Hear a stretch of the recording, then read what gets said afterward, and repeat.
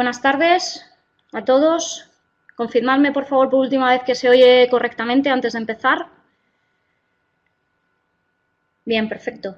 El otro día tuvimos algún problemilla con el audio, parecía que se entrecortaba, pero después la grabación está perfectamente audible, ¿de acuerdo? Entonces no os preocupéis si en algún momento podéis tener alguna interferencia, ¿vale? Bueno, vamos a empezar directamente. Aquellos que se vayan uniendo, bienvenidos. Esta es la sesión formativa sobre infección por el virus SARS-CoV-2. Es la segunda versión, espero que ampliada y mejorada respecto a la del otro día y, desde luego, actualizada. La hemos desarrollado en la Subdirección General de Calidad y Calidad Asistencial, Seguridad y Evaluación, entre la doctora Mara Alcalde, que no ha podido acompañarme esta mañana por cuestiones de trabajo, y yo, que soy Amaya Jimeno. Ambas somos médicos internistas, hemos trabajado como infectólogas en el área 2 hasta hace escasamente un par de meses y ahora, pues bueno, estamos en la Subdirección General, inicialmente desarrollando el programa de control de infección nosocomial de IRAS-PROA regional y ahora, pues bueno, imbuidas completamente en temas relacionados con la infección por SARS-CoV-2. Igual vengo un poco aceleradilla hoy, pero es que vengo corriendo también de otra reunión, perdonadme en ese caso. Tengo compañeros aquí de docencia de la Risaca que nos van a acompañar tomando las cuestiones que podáis ir anotando durante la intervención, pero rogaría que dejarais las preguntas para el final para que yo pueda leerlas también y participaremos luego de una, espero, tan interesante y nutrida discusión como el otro día. Bueno, sin más dilación, empezamos, ¿de acuerdo? No hace falta que os diga, evidentemente, que estamos en una situación de diseminación comunitaria sostenida y generalizada por el virus de SARS-CoV-2, ¿de acuerdo? Y eso hace necesario desarrollar una serie de actividades y de situaciones que prevean o sean capaces de mantener una respuesta sanitaria continuada, ¿no?, en todos los estratos de la población. De forma que es posible que, al igual que ha sucedido en otras comunidades, algunas personas que habitualmente no tendrían por qué dar asistencia a este tipo de pacientes se vean en la situación de tener que proporcionar esa asistencia, y nuestra idea es dar unas notas formativas o una información que inicialmente podría pensarse que era básica, pero dado el nivel de conocimiento actual y de la exposición a la información a lo que todos tenéis, pues bueno, hemos ido ampliando los conceptos y ampliando las ideas que se puedan aquí mostrar. ¿De acuerdo? Estaría destinada a aquellos médicos más noveles y a médicos no internistas o no neumólogos, que van a ser los primeros que están en la atención directa con estos enfermos. Evidentemente, y como dije el otro día, y aquel que la haya visto previamente podrá notar algunas sutiles o no tan sutiles diferencias respecto al discurso del otro día, y es porque cada día, y hace ya una semana de la última charla, está surgiendo nueva información, nuevos debates, nuevas evidencias sobre la naturaleza de la infección. Es una cosa dinámica y bueno, pues puede ser que incluso encontréis hasta contradicciones en lo que pudo decirse el otro día, ¿de acuerdo? No os preocupéis, es que esto es así, ¿vale? Bien, los objetivos de la charla sería fundamentalmente que seáis capaces de valorar adecuadamente a los pacientes cuando os enfrentéis a ellos por primera vez en la planta de hospitalización y, sobre todo, que seáis capaces de identificar a los pacientes más graves y a aquellos que van a requerir de un soporte o de una terapéutica específica y especial. Si no porque la tengáis que dar vosotros específicamente, sí porque sea el momento de avisar o de llamar a aquellos compañeros que se van a encargar de estos enfermos. Si Dios quiere, existirá un internista o un neumólogo de referencia en caso de que esta situación llegue a darse, y que podáis identificar ese momento en el que es más importante pedir ayuda para proporcionar el soporte más adecuado a estos enfermos. Os daremos unas indicaciones básicas de tratamiento y cómo nosotras vemos en el momento actual dónde se encuentra este tratamiento, y luego un pequeño refuerzo sobre la importancia de la protección individual en esta enfermedad. ¿De acuerdo? Bueno, finales de la semana pasada se hizo pública los primeros datos sobre la información, o sea, los primeros datos sobre la enfermedad en la región de Murcia, y he recogido aquí algunas de las cosas más importantes, ¿de acuerdo? Para entonces, hace unos días, se habían realizado 5.000 y pico test, con un 15% de diagnósticos confirmados sobre las sospechas, y luego habían analizado un total de 674 casos del que ya podíamos obtener una cierta información, ¿de acuerdo? Evidentemente ya estamos en situación de diseminación comunitaria o de transmisión comunitaria. La gran mayoría de los casos, 70%, son de manejo exclusivamente domiciliario, lo que nos hace ya percibir una cierta sensación de que la gran mayoría de ellos no son graves, se van a poder manejar ambulatoriamente, que evidentemente por cuestiones poblacionales y de acúmulo poblacional los municipios más afectados son Murcia y Cartagena, y que hubo una incidencia media de 45 casos por 100.000 habitantes. Los datos de ayer están en torno a 57, 55 por 100.000 habitantes. Estas son las características de la infección en la región. Os he señalado el estrato de edad donde se acumula la mayor parte de los casos.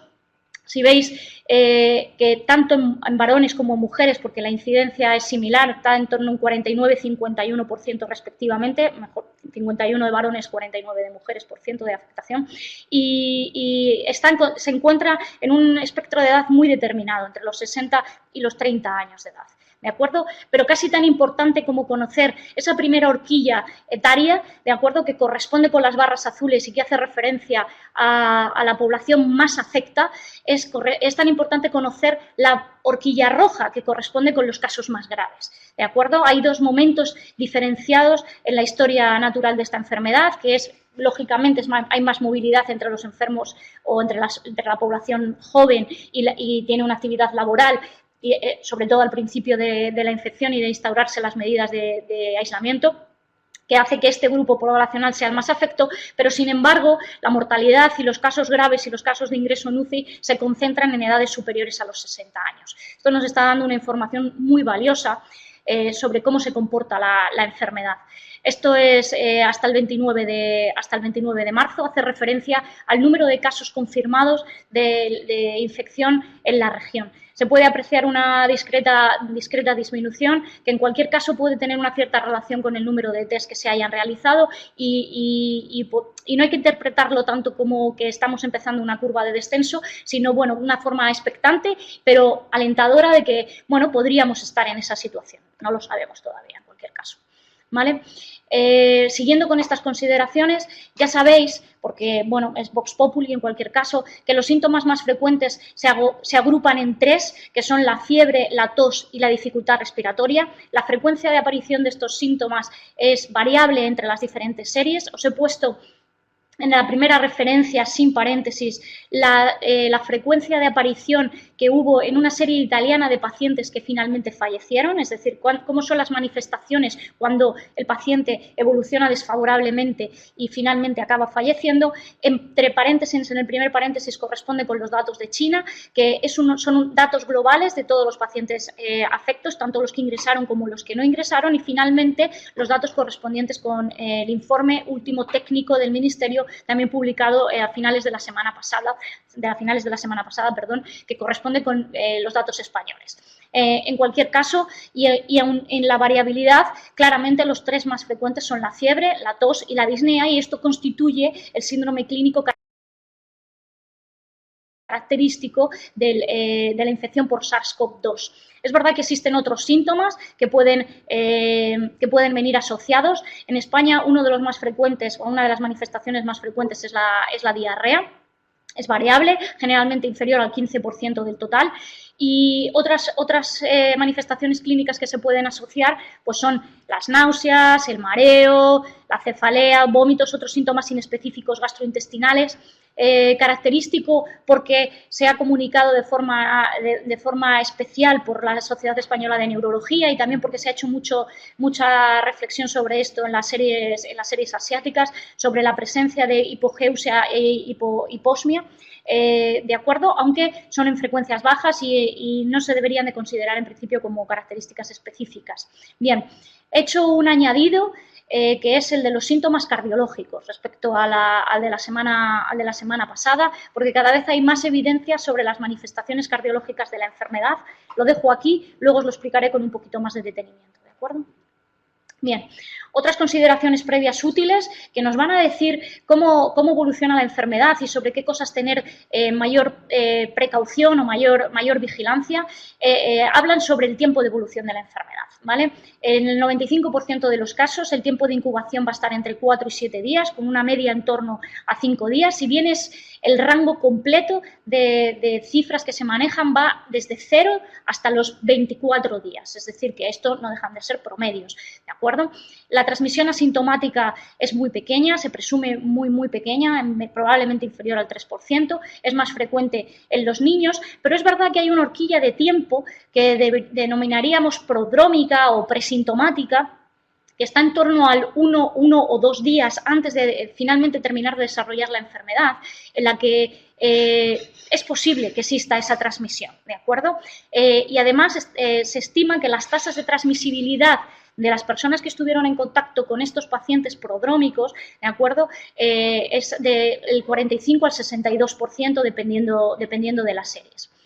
Otros momentos importantes de la infección y de su desarrollo es conocer, bueno, pues podríamos empezar por el tiempo de recuperación. Las formas más leves aproximadamente en 2 semanas están recuperadas completamente de los síntomas y en las formas graves esto es variable, oscila entre 3 y 6 semanas en los casos más graves, ¿de acuerdo?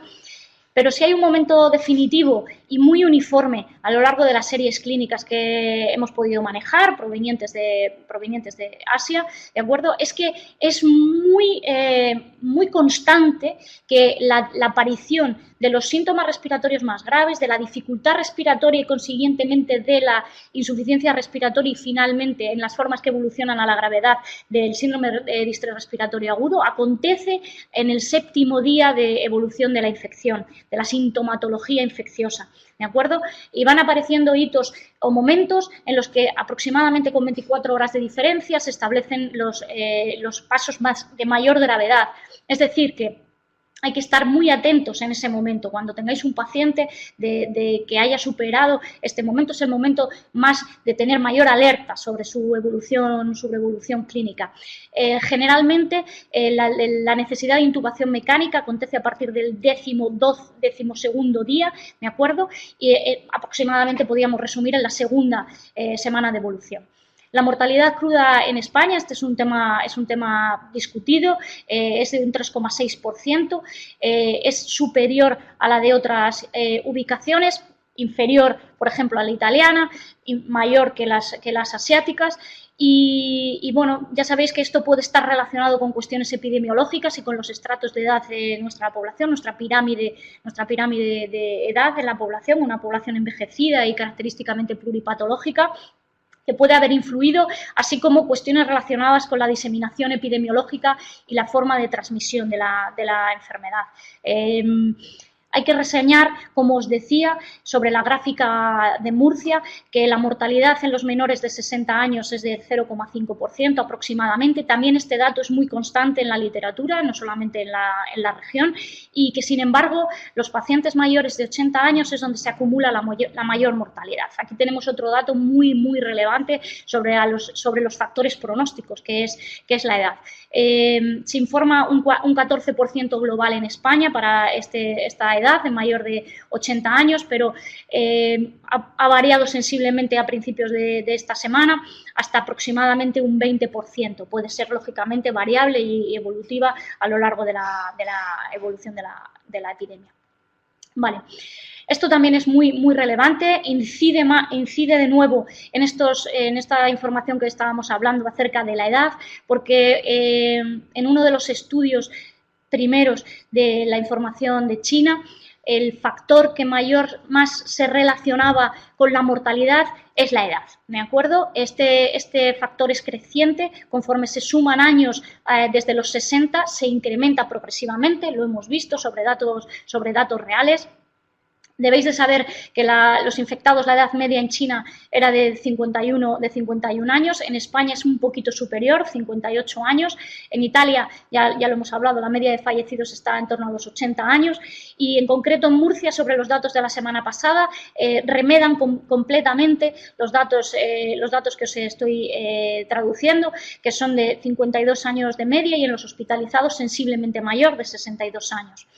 Otro dato muy relevante es que la coexistencia de otras enfermedades, no solamente con la edad, sino otras comorbilidades asociadas, con una mediana de 2 y con una media de hasta 3 comorbilidades, para ser exacto de 2,7. Es decir, que es muy frecuente que los pacientes que ingresan lo hagan teniendo al menos no solamente la edad como factor de riesgo, sino también otras comorbilidades. Las más frecuentes son la hipertensión arterial, la diabetes, la presencia de una cardiopatía estructural, ya bien sea por cardiopatía hipertensiva o bien por cardiopatía isquémica, más frecuentemente, la existencia de broncopatía, su manifestación más frecuente en forma de enfermedad pulmonar obstructiva crónica, y dentro de los casos de inmunosupresión, y aunque están representados en un pequeño porcentaje, serían aquellos pacientes que tienen enfermedades oncohematológicas que están en tratamiento activo con quimioterapia, ¿de acuerdo?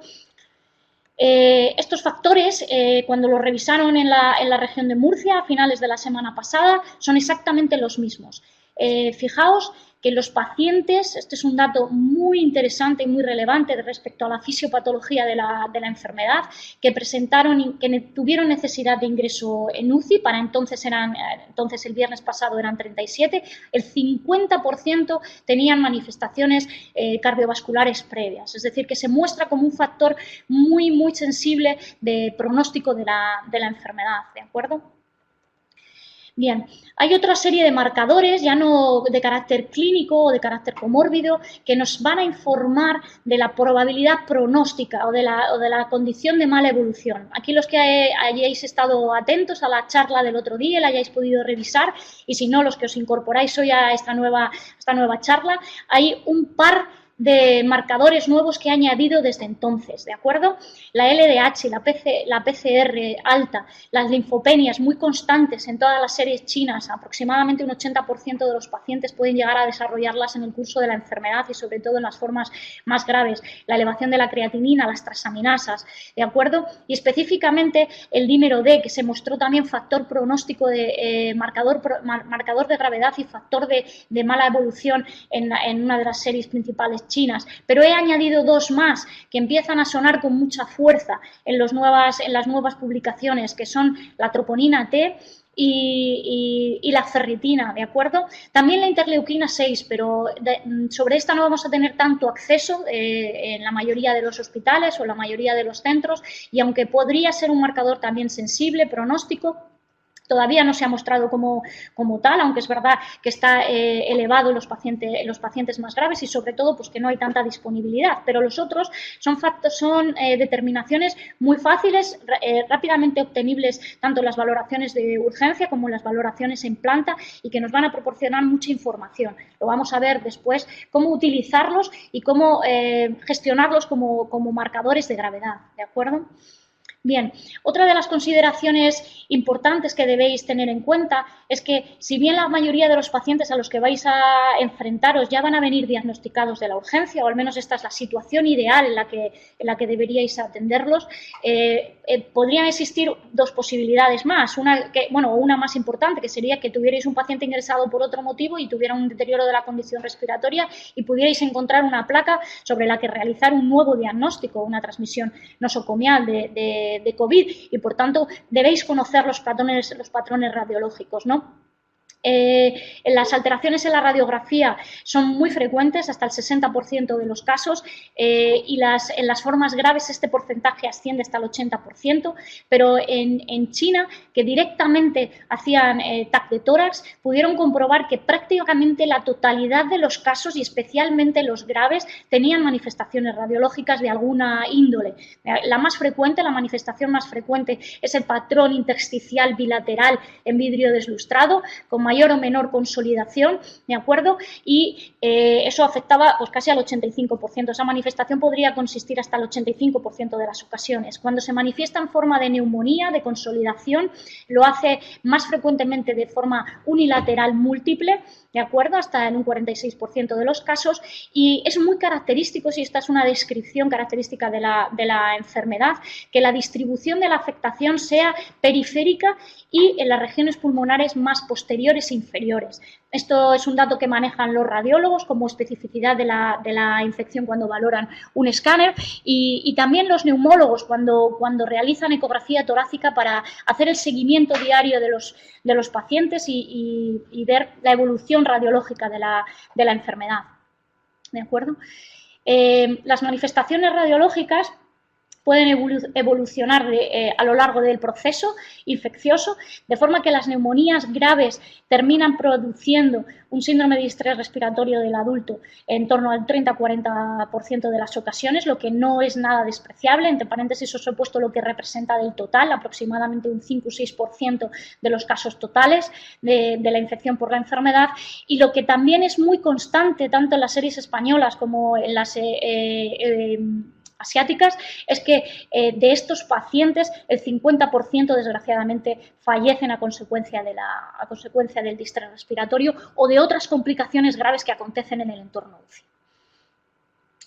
Bien, podéis encontrar, como os he dicho, patrones radiológicos variados. Aquí os he puesto dos manifestaciones muy características radiológicas de la enfermedad. Si os encontráis con esto, alerta, ¿de acuerdo? Si un paciente originalmente viene sin criterios clínicos o aparentemente sin criterios clínicos de gravedad, pero tiene esta placa, tiene cualquiera de estas manifestaciones radiológicas, es otro de los pacientes sobre los que tenéis que tener un ojo especial, ¿de acuerdo? O una vigilancia especial, ¿vale?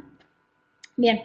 Os decía que os iba a comentar algo más acerca de los marcadores analíticos, y he elegido esta publicación de Rouen porque es muy explicativa, o es da mucha información de cómo se comportan estos marcadores de laboratorio. Está destinada a las causas o cuáles son los predictores de mortalidad en los pacientes con enfermedad por COVID, y se vio que entre las causas de muerte, obviamente el fracaso respiratorio es la causa más frecuente, pero hay un porcentaje de pacientes nada despreciables que está constituido hasta casi por un 30% que tienen elevación de troponinas, ¿de acuerdo? Y esta elevación de troponina ultra sensible, ¿de acuerdo? Tiene un comportamiento muy característico, y es que si existe, bueno, primero es que los pacientes que la tuvieron fallecieron más que los que no la tuvieron. Ya tenemos un primer marcador, ¿de acuerdo? Que además se correlaciona el incremento, la curva de troponina, con la elevación de estos otros marcadores. Van de forma paralela, de estos otros marcadores de inflamación. Se correlacionó con la PCR, se correlacionó con el número de linfocitos, se relacionó también con el dímero D, y se relacionó con otros marcadores que también nos hablan del daño miocárdico o del estrés miocárdico, como puede ser el ProBNP, ¿vale? Estamos obteniendo mucha información, y la más importante es que estos que la tuvieron elevada, y especialmente aquellos que la tuvieron elevada asociada a la presencia de esos factores de riesgo cardiovascular o de esa enfermedad cardiovascular preexistente, tuvieron una mortalidad de hasta el 70%. ¿Qué estoy tratando de comunicaros con esto? Que los pacientes sobre los que tenéis que tener más alerta son los pacientes añosos, que tienen comorbilidades de naturaleza cardiovascular y que tienen alteraciones analíticas en este sentido. El estrés o el daño miocárdico nos está traduciendo la gravedad. Quiere decir que el miocardio está expresando la gravedad de la infección, la sepsis, el síndrome de respuesta inflamatoria sistémica de causa o de naturaleza infecciosa, y además, cuando existe relación, por ejemplo, como veis en la gráfica, con la interleuquina 6, podremos estar delante de lo que se llama tormenta citoquínica o cínica, ¿de acuerdo? Síndrome de liberación masiva de citocinas, ¿de acuerdo? Tiene diferentes nombres en la literatura. La tormenta citocínica sería la expresión más grave y existe relación entre ellas sin necesidad de tener que hacer una determinación de interleuquina 6. ¿De acuerdo?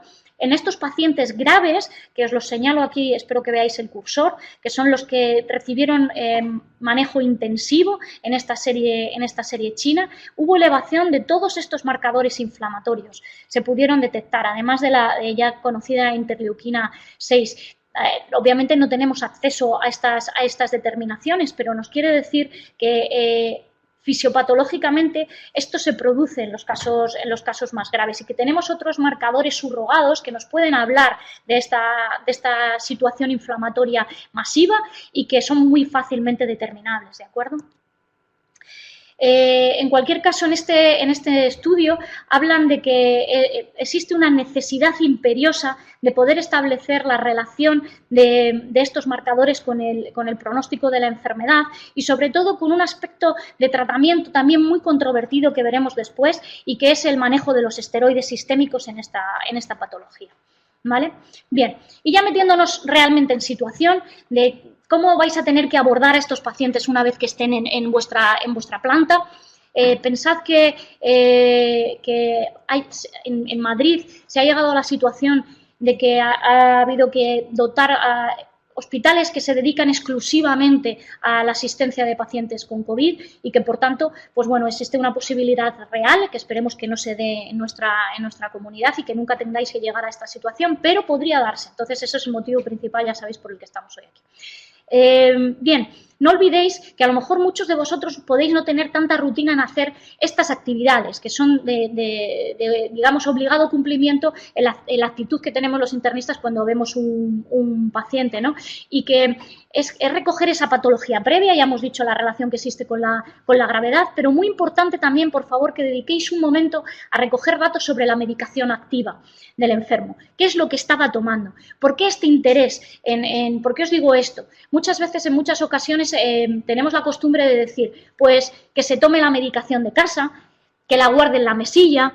Le decimos a la enfermera, pues dale tú la medicación de casa, oriéntale sobre la medicación, dile que tome esto, que no tome lo otro. Se hacen anotaciones inespecíficas tanto en Selene como en Miras, ahora ya mucho menos gracias a este sistema de prescripción, pero que hay que evitar eso bajo todo concepto en esta enfermedad, bueno, en todas en general, porque es una precaución básica, ¿de acuerdo? Pero específicamente en esta enfermedad, porque los fármacos que se van a utilizar para tratarla, y específicamente los inhibidores de la proteasa y su booster, que es el ritonavir, tienen un alto número de interacciones medicamentosas. Y hay que conocer específicamente de qué interacciones estamos hablando. Luego lo comentaremos en más profundidad y ver que la medicación a la que está expuesta el paciente de forma previa, primero, si es necesaria o no, si es necesaria mantenerla durante el proceso infeccioso activo y segundo, si tiene interacciones con los fármacos que vamos a utilizar para el tratamiento del COVID. ¿De acuerdo? Muy importante, por lo que hemos hablado respecto a que el séptimo día marca un hito, marca un momento evolutivo de la enfermedad muy importante, conocer la fecha de inicio de los síntomas. El paciente habitualmente va a poder identificar, pues empecé con la tos tal día o empecé con la fiebre el otro y entonces vamos a contar simplemente, ¿de acuerdo? Y vamos a estar especialmente alertas, vamos a saber que ese paciente hay que vigilarlo más de cerca cuando se acerque al séptimo día en caso de que siga hospitalizado para entonces, ¿de acuerdo? Conocer también las condiciones en las que llegó a urgencias nos va a dar valor pronóstico. Recoged datos o aseguraos que desde urgencias se recogen datos del tipo de si el paciente se encontraba en situación de insuficiencia respiratoria a su llegada a urgencias. Recordad que la insuficiencia respiratoria se define clásicamente por la presencia de una PO2 menor de 60 milímetros de mercurio en la gasometría basal, ¿de acuerdo? Pero que hablamos de hipoxemia cuando está por debajo de 80. 80 digamos que marca un límite que podríamos considerar una oxigenoterapia en sangre como normal. Por debajo de eso hablamos de hipoxemia. No confundáis los términos de insuficiencia respiratoria y de hipoxemia. Disponemos de una herramienta buenísima que nos va a proporcionar un montón de información sobre el enfermo, que son los saturímetros, ¿de acuerdo? Existe una correlación, o se puede establecer una correlación entre los datos de saturación y los niveles de PO2 en sangre. Muchos la conoceréis, pero bueno, para aquellos que podáis estar menos acostumbrados a la utilización de estos parámetros, una saturación de 90 corresponde aproximadamente a 60 milímetros de mercurio. Podríamos, por tanto, decir o aproximar que una saturación en esas cifras nos está diciendo que el paciente está en el límite, si no por debajo, de la insuficiencia respiratoria. ¿De acuerdo? Tened en cuenta una cosa que es de la fisiopatología básica, que a lo mejor algunos también recordáis, y es la curva de disociación de la hemoglobina. Cuando la curva de la hemoglobina, o sea, cuando la saturación de oxígeno es inferior a 90, la curva de la disociación de la hemoglobina tiene mucha pendiente, de forma que pequeñas bajadas de la saturación de oxígeno en el saturímetro pueden estar correspondiendo con grandes disminuciones de la PO2, y entonces estemos infraestimando la situación de insuficiencia respiratoria en la que se encuentra el enfermo. Tened en cuenta que los saturímetros son especialmente sensibles por encima de 80 milímetros con saturación por encima de 80, que la normalidad es por encima de 80 milímetros de mercurio. ¿De acuerdo? Bien, ya hemos dicho que una de las manifestaciones más fácilmente interpretables es la de la neumonía, patrón intersticial o no, ¿de acuerdo? Y de la consolidación, y que cuando el paciente ingrese a planta, y debería de ser preceptivo que lo haga ya con estos datos, pero fijaos, por si acaso no lo tuviera por algún motivo, no lo sé, puede haber habido un atasco de determinaciones en microbiología, un olvido puntual, ¿de acuerdo? Que disponéis información también de esas otras cosas que también pueden dar neumonía y que no han desaparecido como etiología neumónica, que son la determinación de gripe cuando nos encontremos en periodo estacional, bien sea antigénica o PCR si hubiera dudas, y las determinaciones antigénicas o la determinación antigénica en orina de neumococo, y en algún contexto concreto epidemiológico también de legionela, ¿de acuerdo? Y que eso consta como parte de la valoración de la historia clínica de urgencias.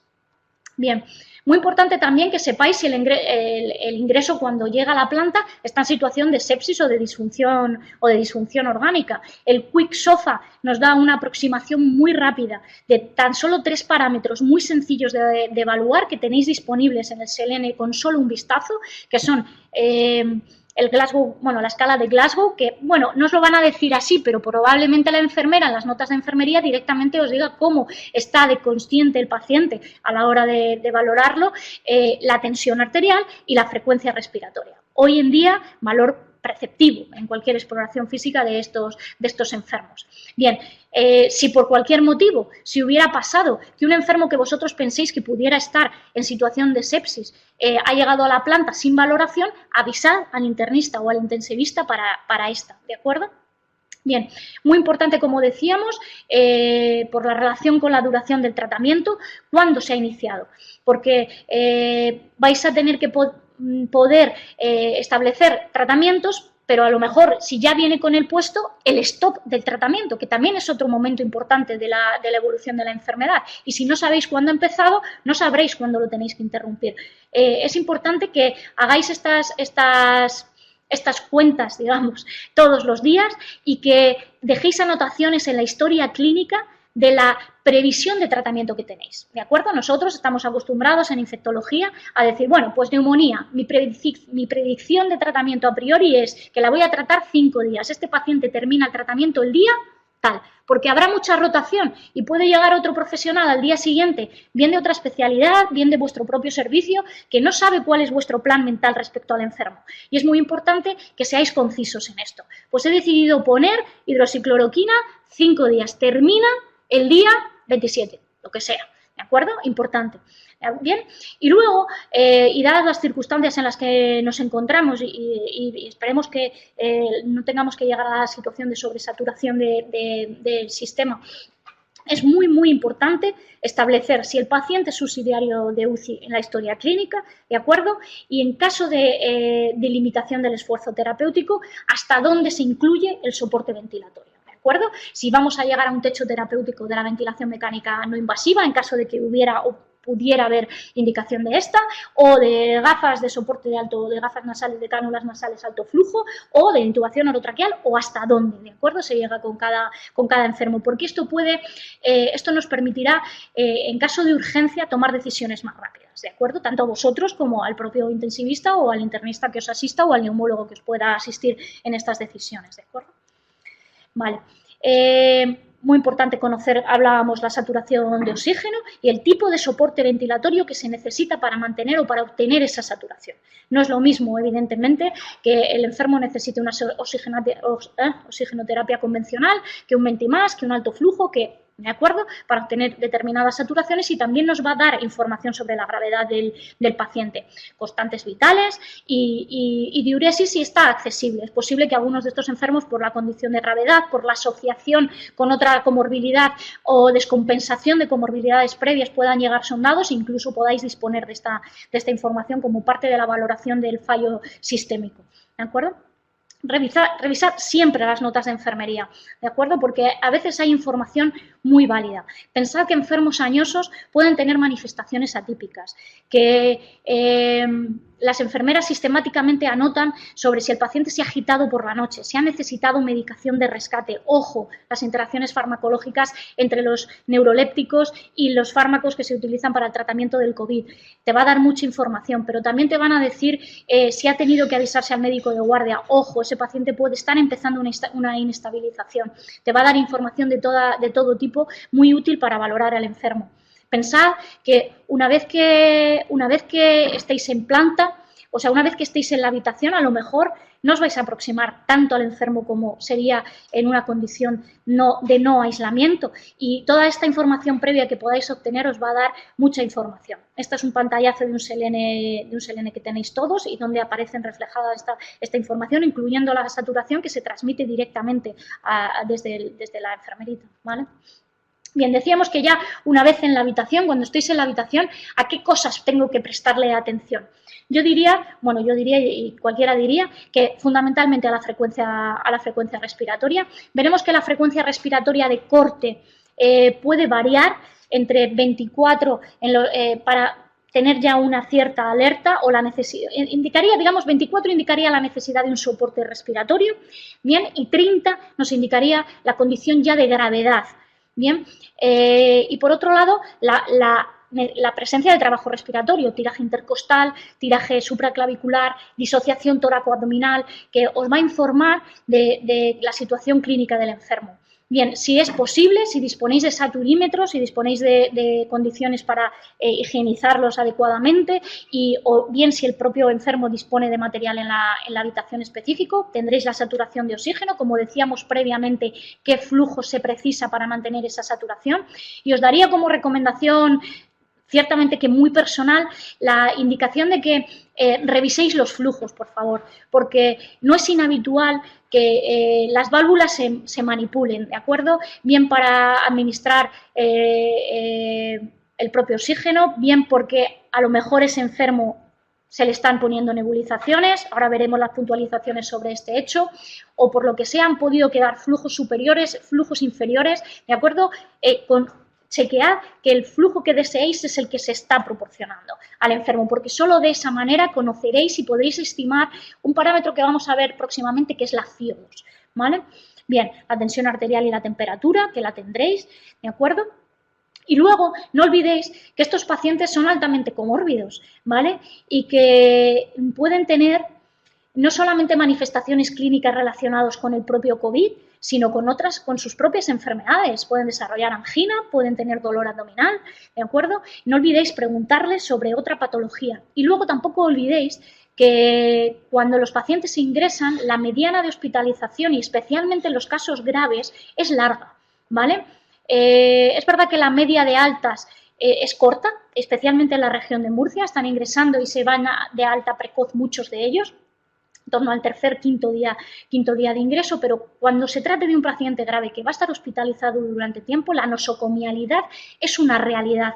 La necesidad de tener que tratar con antibióticos dirigidos a otras infecciones nosocomiales no es despreciable, ¿de acuerdo? Se estima aproximadamente en un 16% en las series chinas. No dispongo todavía de información local ni de información nacional, pero probablemente se encuentre también en estos porcentajes.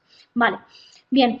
Creo que es importante puntualizar sobre este hecho, y es que debo auscultar o no a mi paciente. Sabéis que la transmisión es muy dependiente de la cercanía, el modo en el que se proyectan las gotas que son infectivas, y que mantener la distancia de seguridad es lo que mejor os va a proteger sobre una potencial infección, ¿de acuerdo? Entonces, auscultar al paciente solamente cuando sea necesario. Si percibís que por signos clínicos, es decir, por la frecuencia respiratoria, por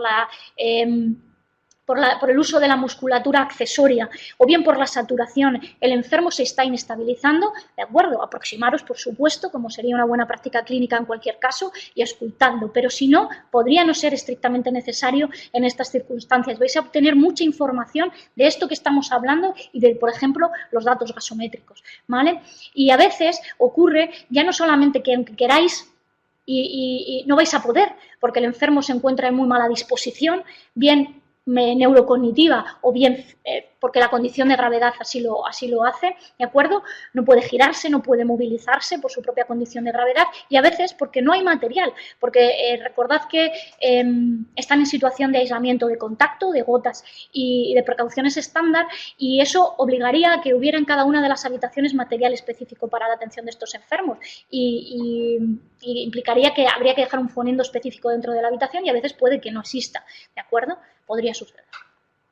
Vale, bien, respecto, ya lo habéis visto, habéis hecho su valoración inicial, os habéis hecho una composición mental de cuál es la condición de gravedad previa a que vosotros lo valoréis, cuál es la situación clínica en la que se encuentra el enfermo cuando lo valoráis, y después vais a tener que decidir sobre la solicitud de pruebas complementarias. Bien, como recomendación general, se podría decir que hagáis una determinación que hemos llamado perfil COVID, cada 48 o 72 horas. Por supuesto, esto está sujeto a otras consideraciones. El paciente que se inestabiliza, también podéis adelantarle la petición analítica, ¿de acuerdo? Según vuestro propio criterio clínico.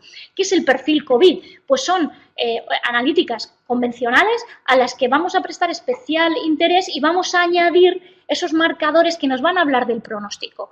LDH, troponinas, D-dímeros, transaminasas, ¿de acuerdo? Y que vais a repetir a lo largo de aproximadamente cada 48 horas, porque la progresión en el tiempo, lo que hablábamos de la curva de troponina, ¿de acuerdo?, se va a reproducir en los otros marcadores inflamatorios y nos va a orientar sobre la evolución del paciente. Si vemos que adquieren una curva descendente, podríamos, digamos, presumir que el enfermo no solamente está evolucionando clínicamente bien, sino analíticamente bien, y nos va a dar un marcador de estabilidad clínica, ¿vale? Bien, otro momento en el que podríais hacer la determinación sería en el momento previo al alta, para conocer la situación en la que se encuentra inmediatamente antes del alta.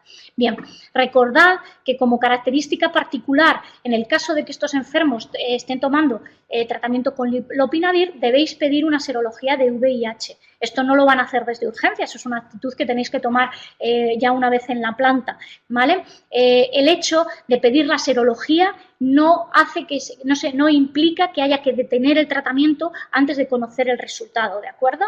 Bien, otra de las recomendaciones, a veces puede ocurrir que un enfermo no debiera, pero podría darse la situación de que suba sin electro o que se haya perdido y no se haya digitalizado previamente en urgencias. Pedir un electrobasal, ¿de acuerdo? Lo veremos también más adelante. Los fármacos que se utilizan para el tratamiento del COVID tienen un efecto característico, la gran mayoría de ellos, que es la prolongación del intervalo QT. ¿De acuerdo? Me vais a permitir que avance un poquito para explicaros esto del intervalo QT.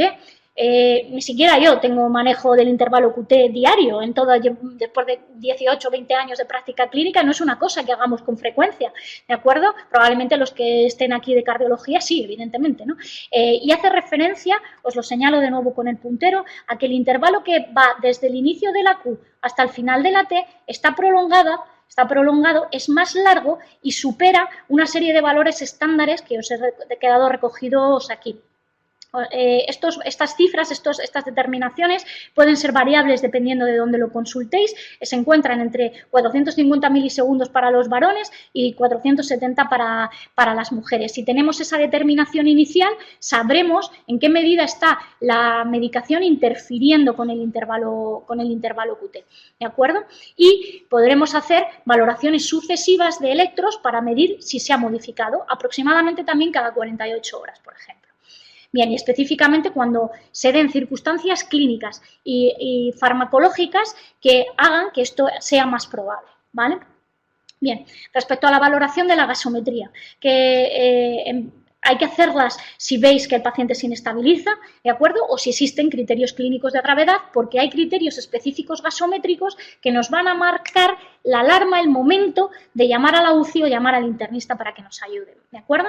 Las placas de tórax. Podríamos decir que no es necesario, de forma general, que no es necesario un control rutinario, pero habría también dos momentos especiales en los que se pueden hacer. Obviamente, si el paciente se inestabiliza, o tenéis dudas sobre la condición clínica del enfermo y al alta, ¿no? Podría ser otro momento. Este es más discutido, ¿de acuerdo? Es más discutido. Si el paciente tiene una afectación torácica extensa, probablemente sea necesario hacer una radiografía al alta para ver cómo ha quedado antes de marchar, ¿de acuerdo? Bien, y luego no olvidéis lo que decíamos, el paciente puede tener otras manifestaciones clínicas no relacionadas con el COVID y en concreto fiebre de origen nosocomial, pues bueno, ahí aplicaríais los mismos criterios que utilizáis para valorar a cualquier otro enfermo, ¿de acuerdo? No olvidéis pedir hemocultivos y no olvidéis que los enfermos llevan vías, ¿de acuerdo? Y que hay que revisarlas también. Y que la causa de la fiebre podría no estar en la propia enfermedad, sino estar en un origen nosocomial, ¿vale?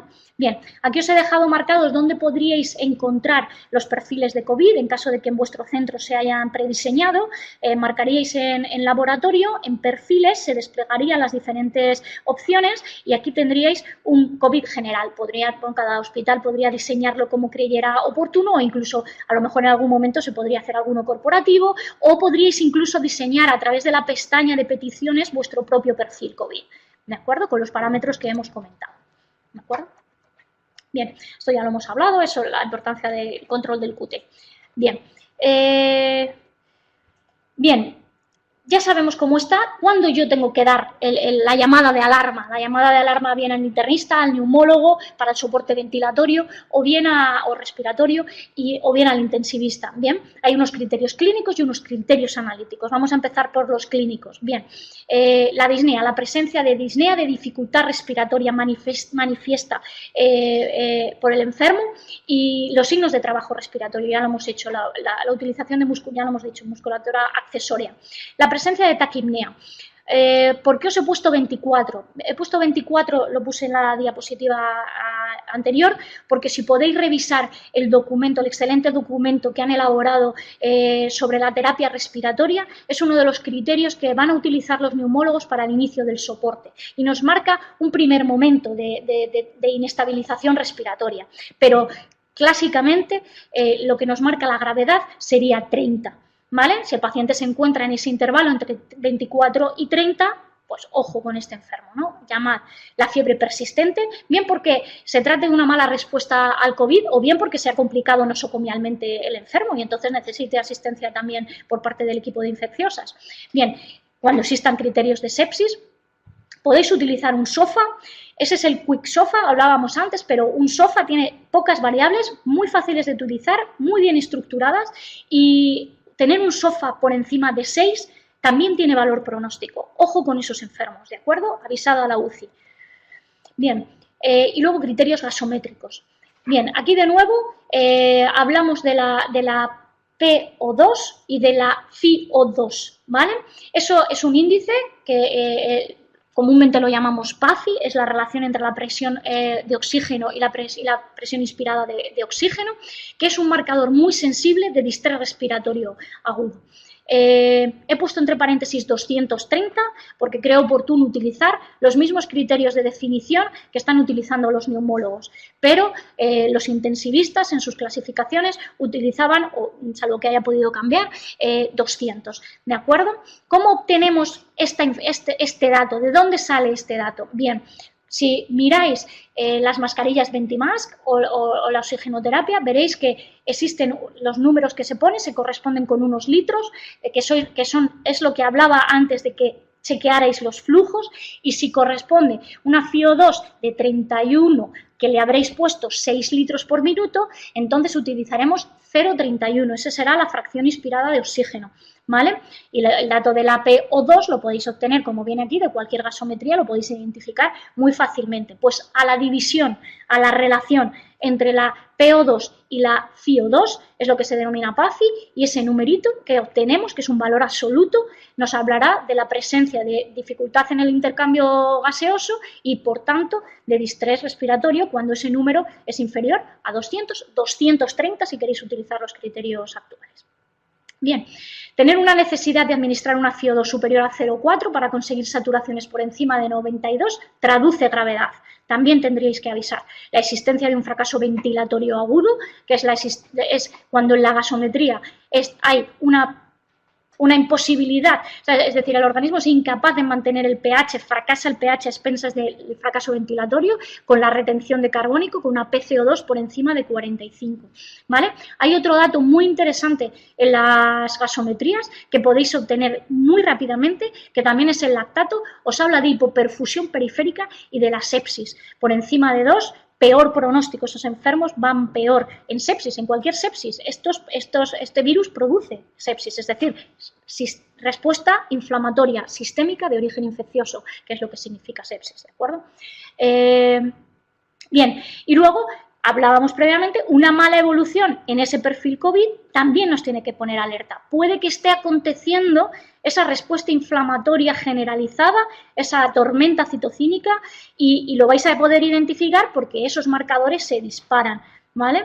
Avisad también para valoración. Os puede dar una idea precoz de que ese paciente, aunque todavía clínicamente no esté demasiado perjudicado o radiológicamente, puede estar yendo mal, ¿vale? Bien, esto ya lo hemos visto. Bien, cuando hablamos del tratamiento hay algunas consideraciones generales que todos debéis conocer.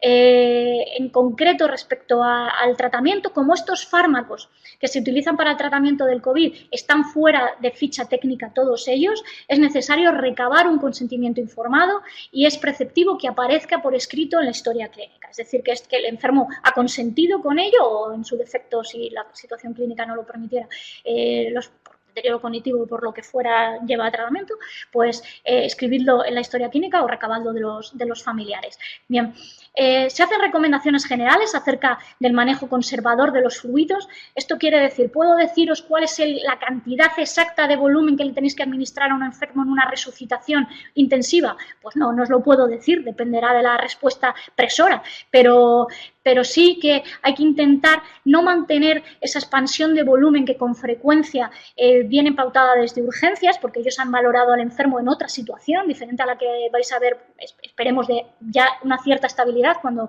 llega a la planta, y no es necesario mantener esos volúmenes extensos porque son enfermos comórbidos, con cardiopatía, que van a manejar mal el volumen y van a utilizar fármacos también hipotensores y ojo con el tratamiento y con los fluidos, ¿de acuerdo?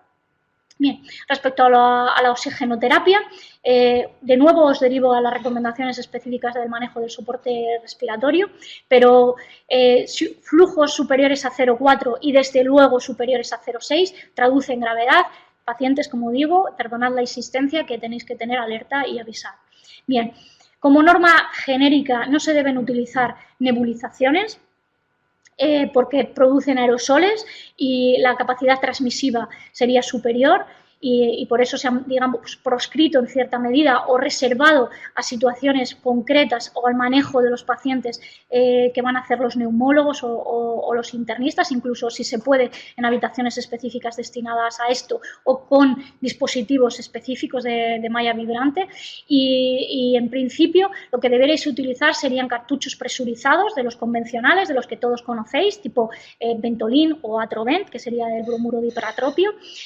Las dosis que utilizamos habitualmente en las nebulizaciones más frecuentes son de 2,5 miligramos de salbutamol y 500 microgramos de bromuro de hiperatropio, y eso correspondería con 5 PAF de salbutamol y 5 PAF de bromuro de hiperatropio. Ya la cadencia pues la estableceis vosotros, podrían ser cada 8 horas, cada 6 horas inclusive, dependiendo de la situación del enfermo. Bien, también incluirían las medidas generales hasta donde creo que sería de vuestra valoración los esteroides sistémicos. Mirad, Hay mucho debate actualmente, ahora podríamos ampliarlo ahora o después en la discusión, si queréis, sobre la necesidad de utilizar esteroides sistémicos y en qué enfermos y en qué circunstancias utilizarlo, ¿de acuerdo? De forma general, para el paciente de manejo en la planta, se podría restringir esta administración a aquellos pacientes que tienen broncoespasmo severo, broncoespasmo franco con presencia de sibilancias. Otras situaciones de mayor gravedad ya son más específicas, de manejo intensivo o, si queréis, unidades intermedias y que deberían estar sujetas a un criterio un poquito más especialista, si queréis decirlo, o de infectólogo o intensivista, ¿de acuerdo?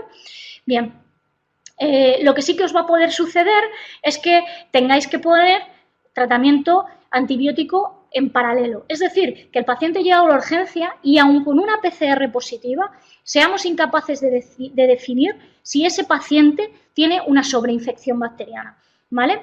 Por la purulencia del esputo, por la procalcitonina, por lo que sea, os encontráis en la necesidad de necesitar ponerle tratamiento también para la neumonía, tanto comunitaria como nosocomial. Aquí os he dejado colgada la propuesta de tratamiento de la guía de terapéutica antimicrobiana para adultos en el ámbito hospitalario que estamos desarrollando, que todavía no se ha publicado, pero que cuando probablemente pase todo esto tengáis de forma universalmente disponible y la podéis consultar en caso del uso. Hacer un llamamiento a que el tratamiento antibiótico de elección sería un beta-lactámico por la relación o el perfil de seguridad con los otros fármacos que vamos a utilizar frente al COVID de forma específica. Y que si decidimos hacer la asociación con el macrólido y por las consideraciones técnicas y antivíricas que pudiera tener, evidentemente la asociación sería con acitromicina. Sabéis que la acitromicina también produce prolongación del intervalo QT. Si el paciente está en tratamiento específico, y ya lo hemos comentado, con otros fármacos que pudieran ser muy frecuentemente en esta población comórbida, por ejemplo, antipsicóticos, antidepresivos, que también producen el intervalo QT, tendréis que tener especial ojo en estos pacientes, ¿vale? Bien. Y luego, bien, aquí encontraréis una nueva propuesta de tratamiento acorde a las tendencias de tratamiento actuales.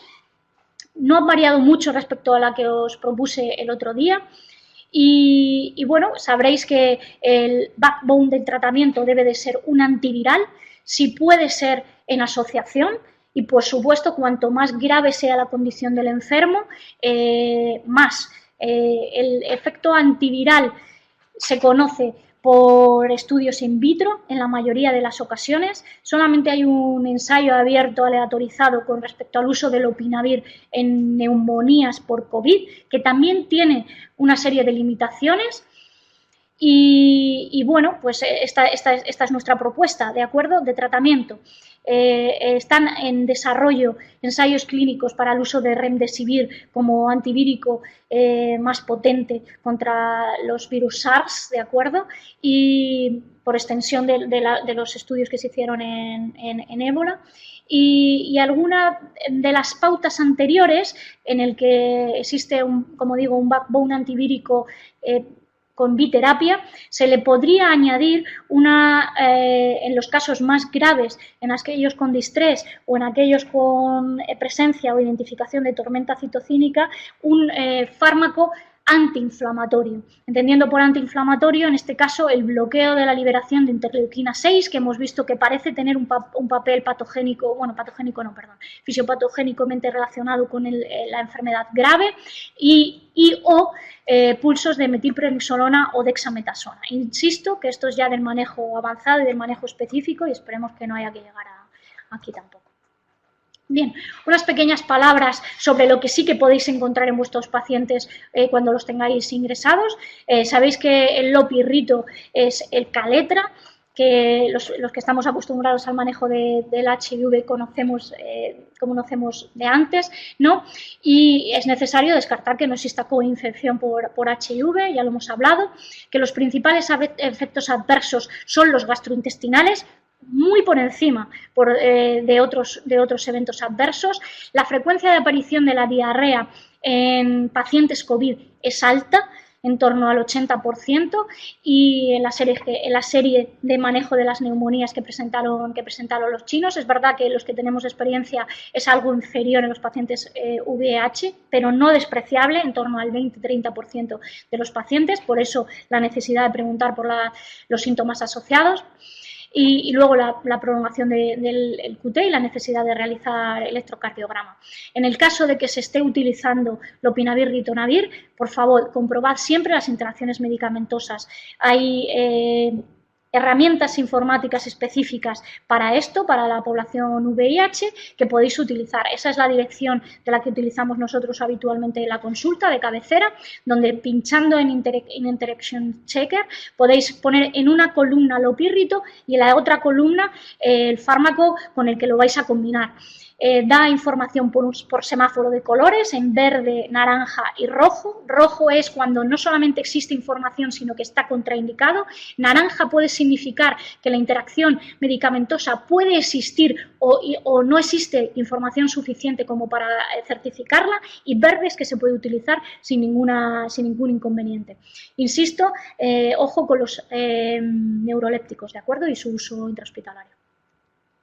Bien, otra forma de facilitar el manejo de estos fármacos sería que se hicieran protocolos o productos en miras, ¿de acuerdo? De forma que pudierais pinchar en el COVID-19, se desplegara, y así de esa manera tendríais prefijadas las dosis que se utilizan en estos casos. Entonces podríais decidir sobre si queréis administrar solo hidroxicloroquina o hidroxicloroquina más lopinavir, bien en su formulación de comprimidos o en su formulación de solución oral. Pero os facilitaría la elección de las dosis y el manejo, y también alertas sobre la presencia de disfunción renal, etcétera. El MIRAS es una herramienta útil. Bien, respecto a la hidroxicloroquina, los comprimidos son de 200 miligramos. Se pueden tragar, hay que tragar los comprimidos enteros sin masticar, ¿de acuerdo? Pueden triturarse para pasarlos por sonda nasogástrica, y recordar que aunque son fármacos que se han mostrado en las grandes series de China como muy seguros, también tienen eventos adversos, sobre todo en población anciana que pueda estar en tratamiento con hipoglucemiantes, ¿vale? Porque pueden inducir una hipoglucemia refractaria al tratamiento con soluciones de glucemia a altas concentraciones, ¿vale? Y también pueden inducir estados de confusión o de alteración del sensorio, que precisamente es uno de los marcadores de gravedad de la sepsis, ¿vale? Entonces, ojito también con este fármaco. Bien, estaría contraindicado la administración con moxifloxacino, y ahí tenéis la forma de administrarlo en dosis. Y por último, sería bien, ya le he puesto mi tratamiento, mi paciente va bien, ¿a qué llamo que va bien mi paciente para empezar a considerar la posibilidad de darle de alta? Pues que el paciente esté estable tras 7 días del inicio del cuadro clínico, porque hemos dicho que ese es el momento que va a marcar la inestabilización respiratoria.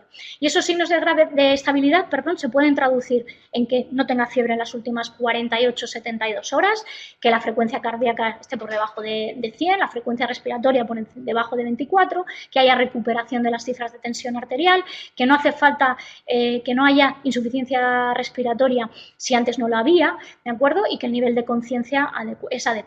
Y luego, analíticamente, también vamos a ver esa progresión, vamos a ver que este dímero D se nos ha normalizado, que la LDH está bajando y que también han recuperado la linfopenia, por ejemplo, si hemos decidido monitorizar estos parámetros, ¿vale?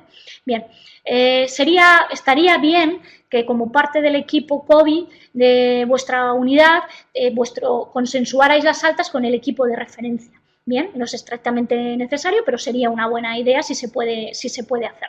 Recordaros que no hace falta pedir PCRs de control al alta, que se puede dar el alta sin tener PCRs, y siendo también la PCR positiva, en caso de que se disponga de ella, también se pueden dar de alta si existe esa estabilidad clínica, ¿vale? Esto es un punto muy importante porque flexibiliza el momento del alta, ¿no? En el momento en el que el paciente está clínicamente estable, independientemente de la situación de su PCR, se puede dar de alta, ¿vale? Y muy importante, muy fácil de hacer.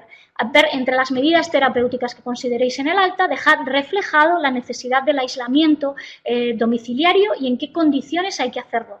Hay muchas Hay muchos folletos explicativos, los podéis descargar de la página del Ministerio con las precauciones que se deben de tener para el manejo domiciliario de los pacientes que han sufrido COVID, ¿de acuerdo? Tanto para ellos como para los cuidadores. Recordad que sería también muy importante establecer un cuidador principal o un cuidador único que, a ser posible, no tenga cualquiera de los factores de riesgo que le pondría en riesgo de mala evolución en caso de transmisión de la enfermedad, ¿de acuerdo? Al acompañante.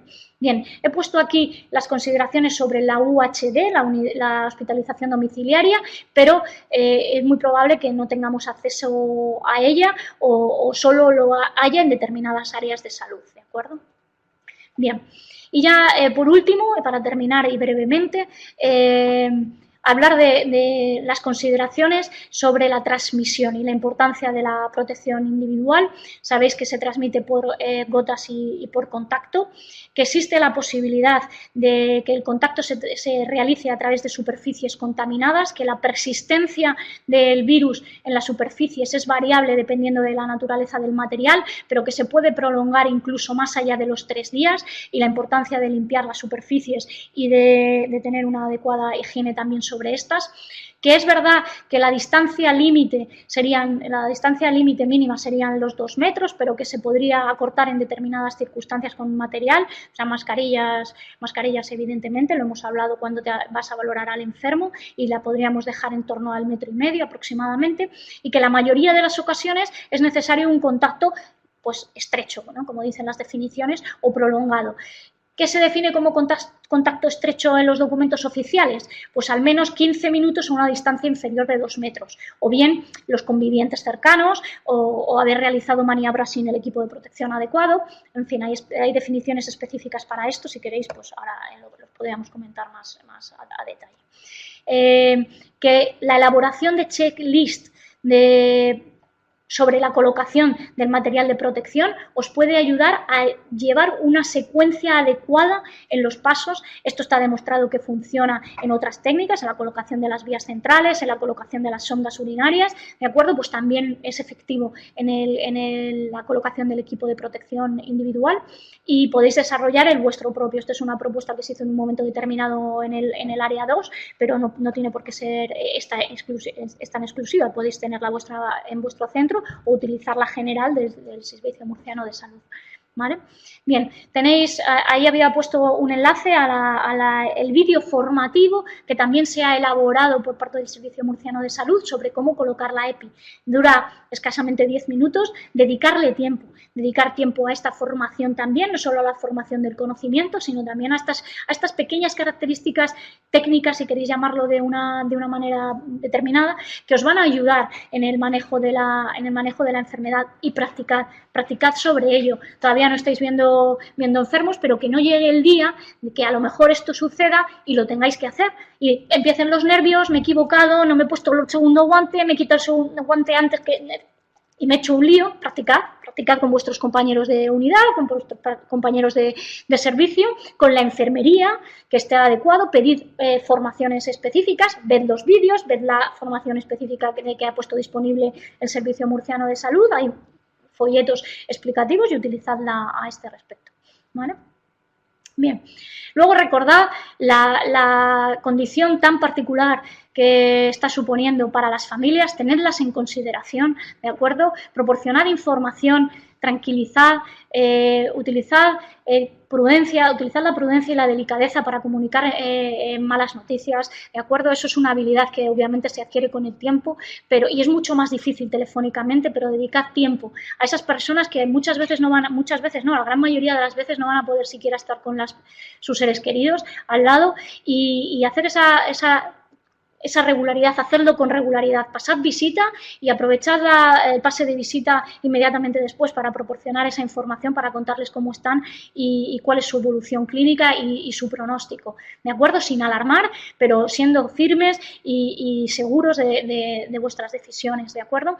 Y si no se ha hablado, hablad con ellos y con el enfermo sobre las posibilidades de las decisiones y preferencias acerca de las limitaciones terapéuticas o el techo terapéutico que pueda pueda en un momento determinado poderse plantear, sobre todo en estos pacientes comórbidos o añosos o muy añosos. Recordad, por favor, siempre el enfermo tiene que decir sobre su situación clínica, ¿vale? No despreciéis la opinión del enfermo en este sentido. Y luego, como decía, proporcionad el protocolo de aislamiento y conoced que ratificado de ayer por la tarde, la duración de la cuarentena de los pacientes con casos confirmados o casos posibles o ahora también los probables es de 14 días siempre y cuando hayan finalizado los síntomas clínicos, ¿de acuerdo? Bien, os he dejado aquí algunos enlaces donde podéis obtener la gran mayoría de documentos en los que he basado esta información, pero y de todos ellos de libre acceso y de fácil acceso. Hay unas síntesis muy buenas realizadas por los servicios de documentación del Servicio Murciano de Salud en esa dirección, donde podéis tener acceso también a ellos, el checker de interacciones, y estos son los enlaces donde podéis obtener información sobre la colocación y los equipos de protección. Bien, esta diapositiva también es nueva, es un poco una reflexión de, la verdad, permitidmela, de cómo me siento yo hoy, una semana después de haber dado la primera charla, ¿no? A lo mejor consideráis que pudiéramos ser expertos, ¿no? Pero estamos en la fase de experto en la que uno se da cuenta que cada vez sabe menos, ¿no? Hay tanta información que manejar, tanta incertidumbre, tantas opiniones de experto, porque ahora mismo no tenemos evidencia de prácticamente nada de lo que hacemos, ¿de acuerdo? Evidencia y medicina basada en la evidencia, ¿no? Que debería ser nuestro estándar de actuación, que bueno, pues que estamos en constante evolución, y que, bueno, para llegar a ese nivel de experto también aparecen dudas, que nosotros también las tenemos, que las compartimos con vosotros en la medida de lo que podamos, que estudiaremos todo lo que podamos para atender a vuestras necesidades. Y bueno, la última reflexión sería que muchísimas gracias por vuestra disposición, por vuestra valentía en estas circunstancias, que estáis haciendo un trabajo excelente en todos los niveles y que, bueno, que os lo agradecemos evidentemente todos, que penséis como un equipo, por favor, porque somos más fuertes cuando trabajamos en equipo. Yo trabajo con la doctora Mara Alcalde y la verdad es que gracias a eso nos compenetramos, nos potenciamos, obtenemos más información, la compartimos con los infectólogos de la región. Haced lo mismo con vuestros compañeros, ¿de acuerdo? Porque nunca se sabe dónde puede estar la idea brillante, la idea que oriente sobre un mejor manejo, sobre...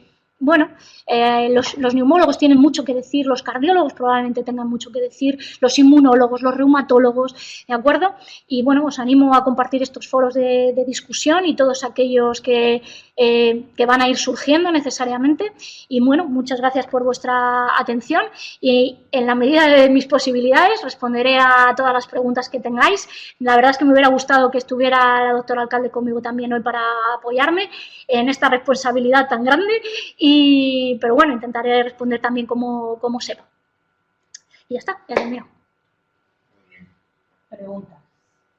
Vale, a ver, permitidme, voy a abrir un poco el chat y hacer así una... Yo recopilando. Vale. Alguien pregunta si en fase de incubación existe contagio. Bien, lo hemos dicho al principio. El periodo de incubación es muy variable, es de un rango que va desde 0 a 24 días, una mediana de 5 días, y esa situación que los técnicos, los expertísimos, denominan como presintomática, que corresponde a esos 1 o 2 días antes de un desarrollo franco de síntomas, tos, fiebre o dificultad respiratoria, es infectiva, ¿de acuerdo? Y esos pacientes transmiten 45-62% de posibilidades.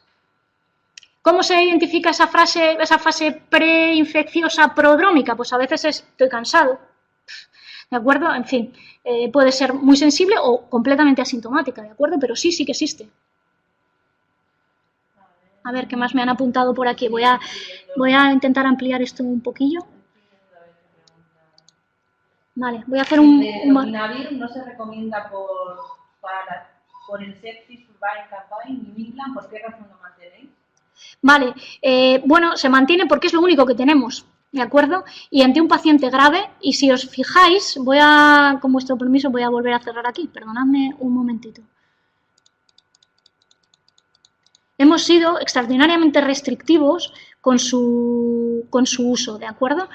A ver, yo creo que la fundamentación, y obviamente esta es una de las dudas principales, es la siguiente. Mirad, el estudio del New England al que tenemos acceso son 200 pacientes a los que, presumiendo que por la actividad antiviral in vitro del lopinavir puede tener efecto en los virus SARS, ¿de acuerdo? Entonces, estos deciden poner dosis de tratamiento en estos enfermos y comprobar qué pasa con los enfermos que tienen diagnosticada y confirmada neumonía por SARS. Es decir, que son pacientes que ya tienen neumonía. Y efectivamente no vieron mejoría en la evolución clínica, en la evolución radiológica o en la mortalidad. ¿Cuáles son las limitaciones de este único estudio disponible hasta la fecha? ¿De acuerdo? Que la mediana de inicio de tratamiento fueron 13 días. 13 días es muy tarde para el COVID, ¿de acuerdo? ¿Quiere esto decir que poner lopinavir cuando se inicia el tratamiento entre el día 1 y el día 13 no es efectivo? No lo sabemos, ¿de acuerdo? Los expertos en la materia lo que dicen es que si se pueden dar 2 antivirales, se den 2 antivirales hasta que dispongamos de más información, ¿vale? ¿Cuándo hemos hecho esa asociación más necesaria? Nosotras en nuestro razonamiento, en las formas más graves, ¿de acuerdo? En las formas que hemos señalado aquí como de neumonía grave, más grave, hemos puesto la que parece sí tener mayor evidencia de casos tratados y efectividad, que es la hidroxicloroquina, ojo, por extensión de la cloroquina, pero también datos in vitro, pero la hidroxicloroquina por su mejor perfil de seguridad, y asociarla al segundo antirretroviral más fácilmente disponible, porque hoy en día no disponemos de remdesivir fuera del contexto de ensayos clínicos, que podemos, ¿de acuerdo? Cuando exista otro antiviral con actividad, otro antiviral con actividad anti-SARS-CoV-2, probablemente esta asociación se modifique por ese otro segundo antiviral. ¿De acuerdo? Pero a día de hoy, en los pacientes más graves, es de lo único que se dispone. Es comprensible que los médicos que están atendiendo a estos enfermos más graves utilicen todas las herramientas disponibles para intentar mejorarlo, hasta que dispongamos de esa evidencia que a día de hoy no existe. ¿Vale? Y ese es el motivo por el cual se ha mantenido. Preguntan también que... Creo haber respondido. ¿Qué opináis sobre la asociación de hidroxicloroquina y acitromicina como tratamiento? Bien, si la evidencia, esto está basado, como os digo, en un estudio aleatorizado de casos abierto, ¿vale? Y randomizado, pero el estudio de la acitromicina son 6 pacientes, ¿de acuerdo? Es decir, que la evidencia es aún inferior a esta. Y si el primer estudio que os he contado tenía limitaciones, este tiene aún más, precisamente por este motivo, que se trata de 6 casos clínicos, ¿de acuerdo?, que no estaba diseñado para valorar un endpoint clínico, como hablábamos con el del lopinavir, que era evento clínico, endpoint radiológico o mortalidad. Este simplemente estaba diseñado para cuantificar la carga viral de esos 6 pacientes después de la exposición a acitromicina. Si lo leéis con detenimiento, además veréis que el motivo por el cual se puso acitromicina era para prevenir de forma profiláctica infecciones o sobreinfecciones asociadas en estos enfermos, ¿de acuerdo? Por tanto, la evidencia es aún inferior. Si a esto le sumamos que la acitromicina junto con LOPI y ya la combinación más potencialmente tóxica con hidroxicloroquina, todos ellos dirigidos a la prolongación del QT, con pacientes comórbidos que, como hemos dicho, toman otros fármacos que también tienen este efecto, que además se pueden encontrar en situaciones de hipopotasemia por el uso de diuréticos, hipokaliemia, que parece que también se asocia a las manifestaciones clínicas del COVID, pues nos hace posicionarnos un poco reticentes a ponerlo de forma generalizada. En otras circunstancias, o sea, os podríais encontrar con otras circunstancias de la necesidad de tenerlo que poner por sobreinfección bacteriana, bien, de acuerdo, os vais a beneficiar de esa asociación con la acitromicina, por otro motivo, evidentemente. Pero siendo prudentes y sabiendo las limitaciones que hay, ahora mismo con la información, pues no lo hemos incluido en el manejo. Por cierto, quisiera hacer una pequeña corrección a mis palabras del otro día. La dosis de acitromicina en ficha técnica es de 500 miligramos, es decir, si por consideración de experto, ya que no hay un protocolo establecido, decidís añadir acitromicina, las dosis son 500 miligramos cada 24 horas durante 3 días. ¿De acuerdo? También este es el tratamiento para la neumonía de neumonía de adquisición comunitaria. La alternativa de tratamiento es acitromicina 500 miligramos el primer día, seguido de 4 dosis hasta el quinto día de 250. ¿Vale? Otra pregunta, Maya. Preguntan si pasada la infección con PCR negativo, existen niveles de carga viral que puedan contagiar a sus contactos. Vamos a ver. Una PCR, espero no equivocarme microbiológicamente demasiado en esto. La PCR es extremadamente sensible, es capaz de detectar una cantidad de copias de 10 copias de ARN viral en un frotis nasofaringeo tomado de forma adecuada. Muy importante esta apreciación, tomado de forma adecuada.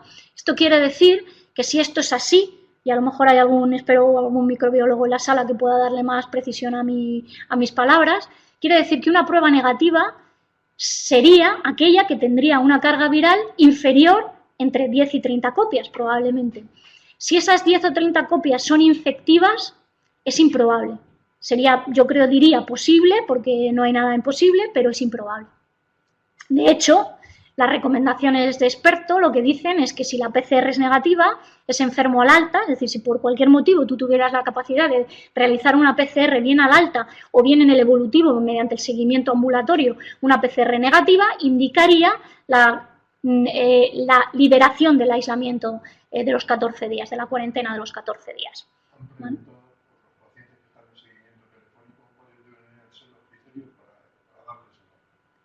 Criterios para darles el alta de seguimiento, los 14 días. Si tú has considerado que el paciente es un caso posible, ¿de acuerdo? Es decir, telefónicamente nunca va a ser un caso... A ver, voy a intentar definirlo, aunque esto todavía a lo mejor no es así en todos los sitios, ¿de acuerdo?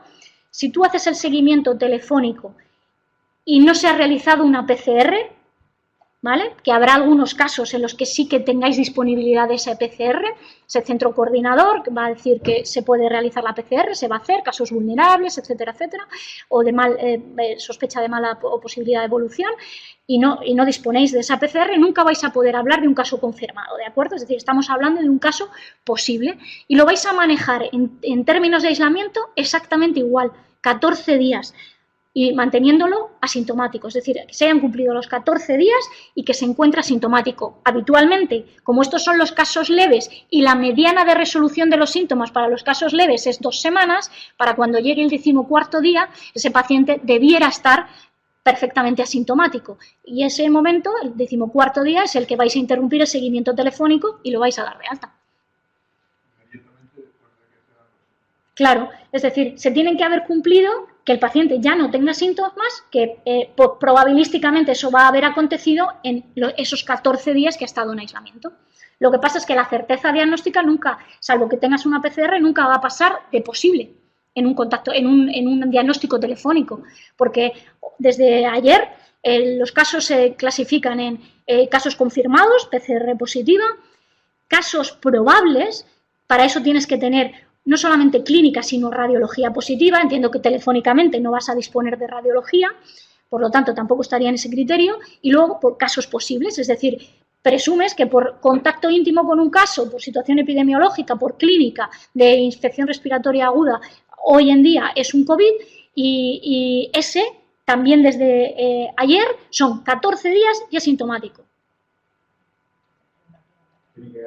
14 días asintomático. Mientras esté sintomático, mantienen la sospecha, el caso de sospecha, entiendo yo.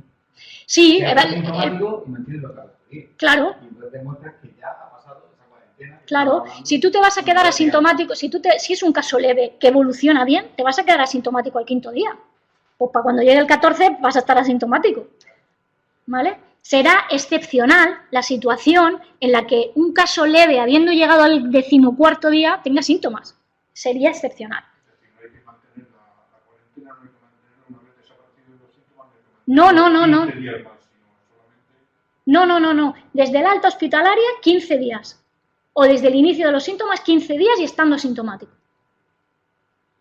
Sí, eso engloba con otra pregunta que decía, que pacientes con alta sospecha clínica, analítica y radiológica que consultan con más de 15-20 días de evolución y la PCR negativa, ¿los tratáis como COVID positivo? ¿Cómo si los tratamos? Si han pasado 15 días de evolución, no vas a tratarlo. Claro. No vas a tratar nada. Ya está tratado y además tiene una PCR negativa. Bueno, tratado, curado. Es decir, Y otra pregunta que han hecho de las que he podido recopilar es si creéis que hemos llegado al pico. no tengo ni la más mínima idea, no soy epidemióloga. Los de salud pública tendrán que responder a esa pregunta. No lo sé.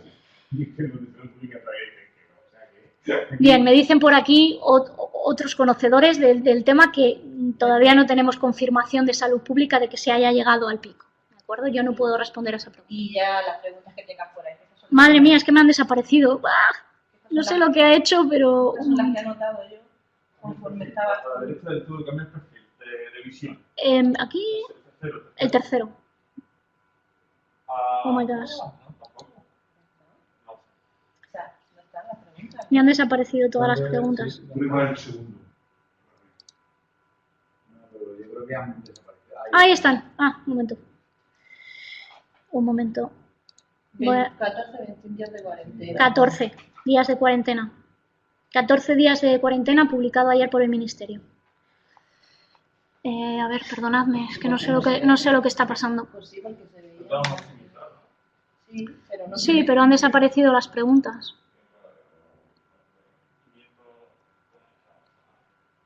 Oye, el número de asistentes es espectacular, es mucho más. Ya las he recuperado. Espera. Ya las he recuperado. Ya las he recuperado. Perdonadme, voy a retrasar. Madre mía. Vamos a ver. Ay, Muchas gracias. La pregunta del VIH con COVID positivo. perdóname, voy a irme las leyendo un poquito a poco, ¿vale? A ver, una de ellas. A ver, Por donde me he quedado.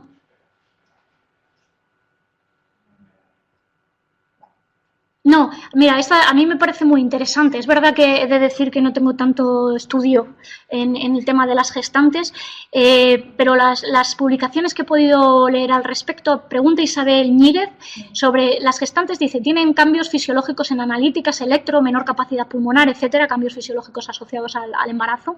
Dice, ¿podéis decirnos si hay cambios en los criterios con respecto a la población general?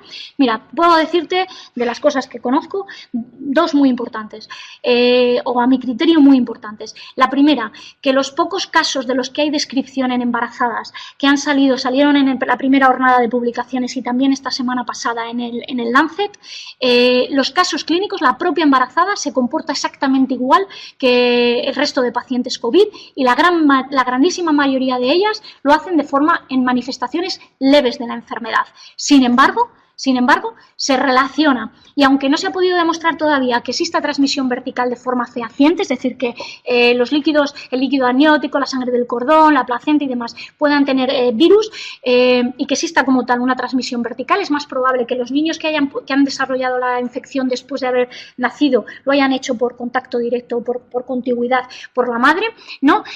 Lo que sí que es muy importante es que sí que se relaciona con peor pronóstico fetal. Bueno, no sé si se dice así, o peor pronóstico neonatal. Es decir, hay más nacidos prematuros, hay más distrés respiratorios, hay más complicaciones perinatales de los niños nacidos de madre con COVID que, sin embargo, no manifestaron síntomas de gravedad.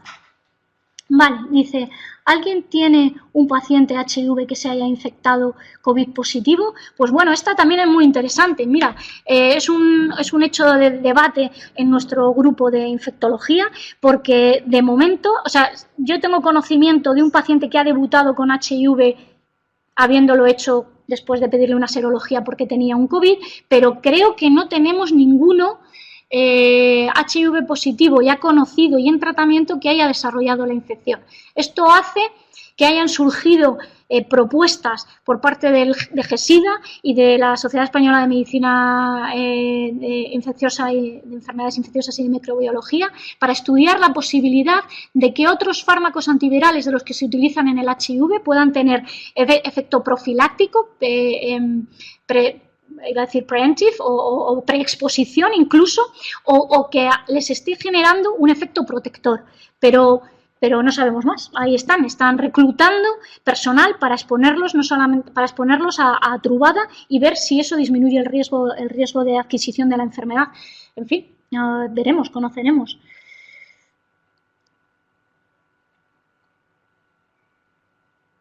Bien, aquí dice Blanca de los Barreros que si estaría justificado el uso de acitromicina en atención primaria de forma puntual. Pues claro, de forma puntual. Si tú a ese paciente que ejemplificas con febrícula de varios días, placa de tórax, suponiendo que la tuvieras normal y sin criterios de gravedad, lo ibas a tratar igualmente con acitromicina porque tienes una sospecha de bronquitis aguda o de agudización leve del EPOC, claro que la puedes utilizar. No anula la posibilidad de utilizar la acitromicina para el resto de entidades para las que se usa o se usaba previamente, ¿de acuerdo? ¿Nos vais a enviar la presentación? Sí, la van a colgar. Mañana me dicen por aquí los de docencia. A ver, Arturo ya lo hemos contestado. Dicen, la charla ha estado muy bien, podría hacerse una específica por el SWAP, le comentaremos aquí a los de docencia, ¿de acuerdo? Esa posibilidad. Me parecería adecuado hacer charlas formativas en todos los estratos, desde el SWAP, los que atiendan en las residencias, los que atienden en el hospital, en todos los estratos. Esta charla vamos a intentar, aparte, ponerla en la área y también ponerla en Murcia Salud. Bien. Me dicen que la van a poner no solamente en Murcia Salud, sino que van a que la van a poner no solo en las áreas, sino también en Murcia Salud de acceso libre. Para que la gente pueda asumirla por la tarde fuera del horario laboral. Vale, esta también me gusta mucho. Todos los pacientes con alteraciones radiológicas no tienen neumonía, ¿verdad? Bien, vamos a ver, distingamos.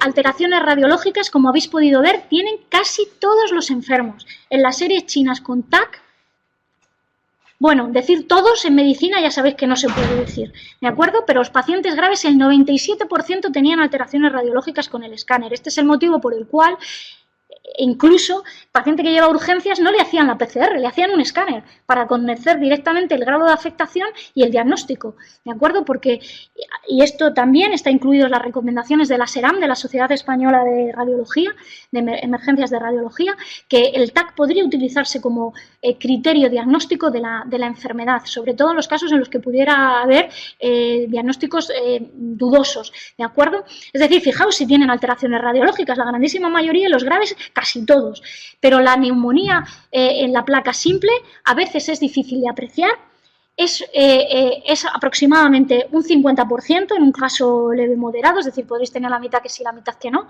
Es importante que eso también os quedara claro. Y si tenéis disponibilidad de que un radiólogo os la informe, sería lo ideal, sería la situación ideal, ¿de acuerdo?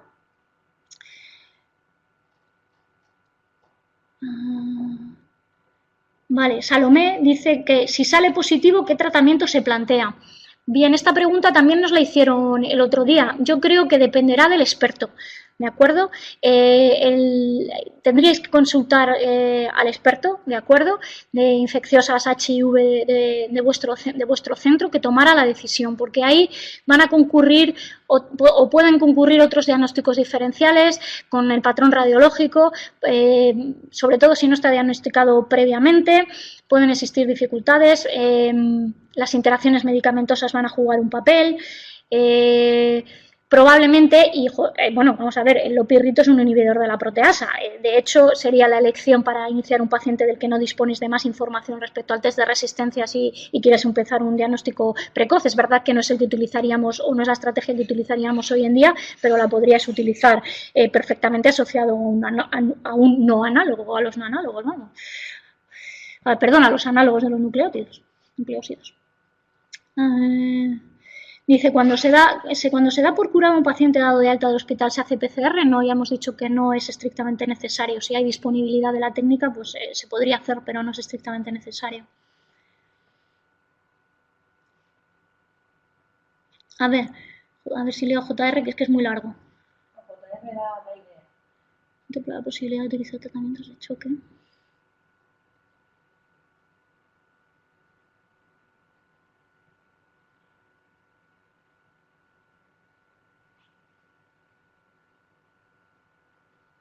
No entiendo muy bien cuál es la propuesta de JR2. Dice, de utilizar tratamientos de choque que, aunque puedan resultar paradójicos, pueden ser efectivos.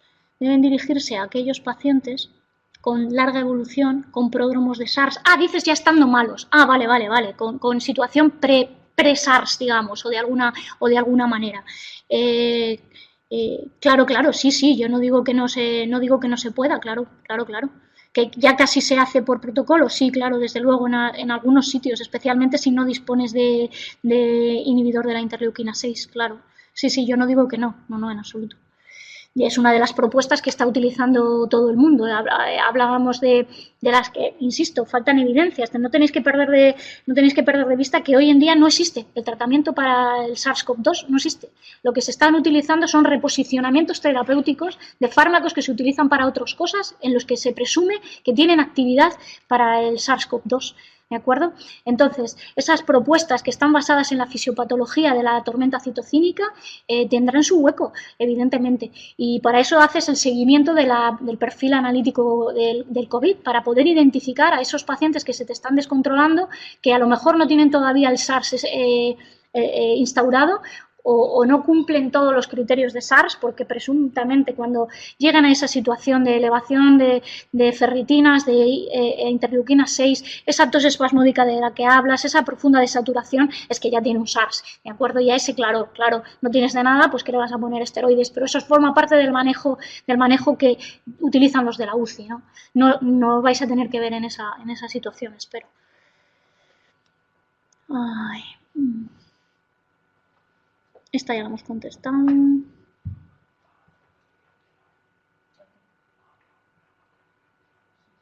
Vale, las indicaciones de aislamiento son desde que comienza con síntomas 14 días y el aislamiento se levanta una vez que han transcurrido los 14 días y siempre y cuando esté sintomático. He leído por aquí que en Rusia están probando amoxicilina con mefloquina. No lo sé. No sé nada, no lo he leído todavía. ¿Cómo se realiza el seguimiento del intervalo QT? Mirad, lo cierto es que ya os he dicho que mi experiencia en medir el intervalo QT se acerca a ninguna, ¿vale? Pero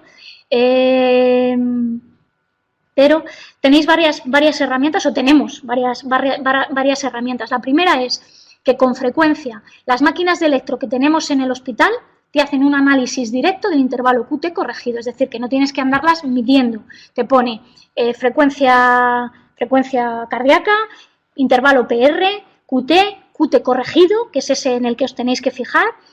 También hay herramientas disponibles online en las que podéis consultar cuáles son los factores de riesgo que más frecuentemente se asocian con prolongación del QT, y estos incluyen mayoritariamente fármacos y alteraciones hidroelectrolíticas, que son en las que os tenéis que fijar. Las indicaciones son de hacer electro basal y si tenéis alguna combinación de estas de fármacos que prolongan el QT, hacerlo cada 48 horas.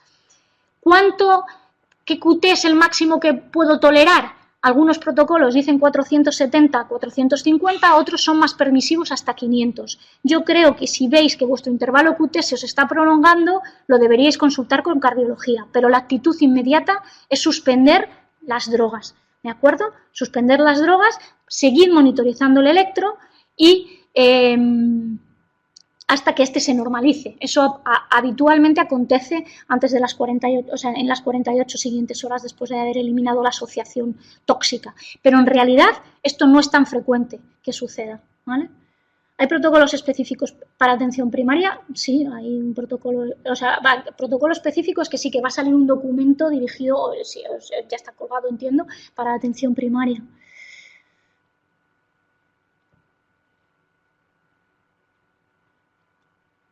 Bueno, pregunta JC91, JGC91 lo mismo, ¿no? Creo ya os lo he contado, ¿no?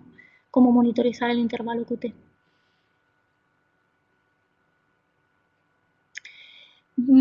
Si tienes una PCR positiva en primaria y a los 14 días está bien. A ver, pues si a los 14 días se repite la PCR, ¿se le puede dar de alta? Yo creo que esta y la anterior son la misma pregunta. Paciente con PCR positivo es positivo. Específicamente si es sanitario, que engloba la pregunta anterior, ¿no? Vuelve a ser positiva, ¿qué hacemos? Seguirlo manteniendo en aislamiento. No puedes hacer otra cosa. Creo, la verdad. Tengo un poco menos de certeza en mi respuesta en este caso.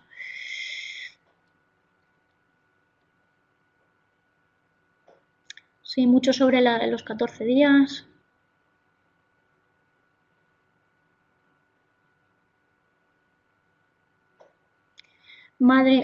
Rosa dice, tengo pacientes que con 14 días, entiendo 14 días después, ¿vale? Empieza con sibilancias, afebril, aunque está mejor del estado general. Se considera empeoramiento, lo que se puede considerar es que a lo mejor se te ha sobreinfectado, situación que es frecuente. No es muy frecuente, pero puede suceder. Considera, claro, por supuesto, tienes que hacer más actuaciones diagnósticas para hacer el diagnóstico diferencial. A ver, en las series coreanas hay casos de pacientes que se han reinfectado de COVID. Pero si este paciente ha estado en aislamiento 14 días solo en su casa, es improbable que tenga una reinfección o muy improbable que tuviera una reinfección por COVID, siempre y cuando los convivientes no hayan estado por ahí de fiesta. Evidentemente, hayan respetado también su propia cuarentena.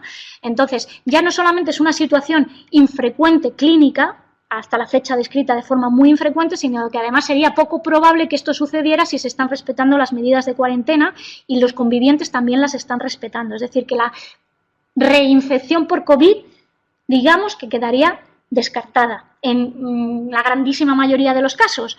Por tanto, tienes que buscar otra causa que justifique por qué ese paciente ha vuelto a empezar con sibilancias. La más frecuente, porque el daño que le ha podido causar el COVID lo sensibiliza a nuevas infecciones y que se te haya podido infectar de una bronquitis aguda, ¿de acuerdo? O otra cosa, a lo mejor es un paciente EPOC que está agudizado por otro mecanismo, en fin, claro, por supuesto, tienes que hacer diagnóstico diferencial, ¿vale?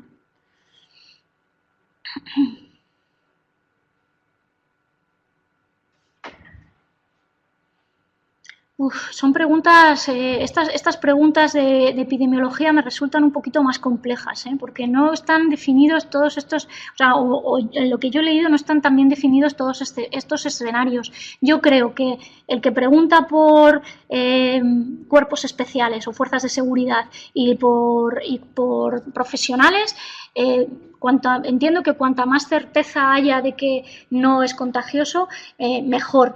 Es que no soy capaz de recordar ahora mismo el protocolo que salió ayer de también, perdonadme, pero es que tengo ya un potito, como dice la doctora García, en la cabeza ya interesante de datos. Si no dispones de pacientes que pertenecen... Bueno, mira, para no inventármelo, porque ahora mismo es que soy incapaz de recordarlo, se responde a esta situación de sujetos que pertenecen a grupos especiales, a los que en la situación de poder o no poder hacer PCR para reincorporarlos al trabajo. El documento está colgado de ayer por el Ministerio, ¿de acuerdo? Revisádoslo ahí, por favor, porque ahora mismo es que soy incapaz de recordar exactamente al mínimo detalle y no quiero mentir ni me lo quiero inventar. A ver...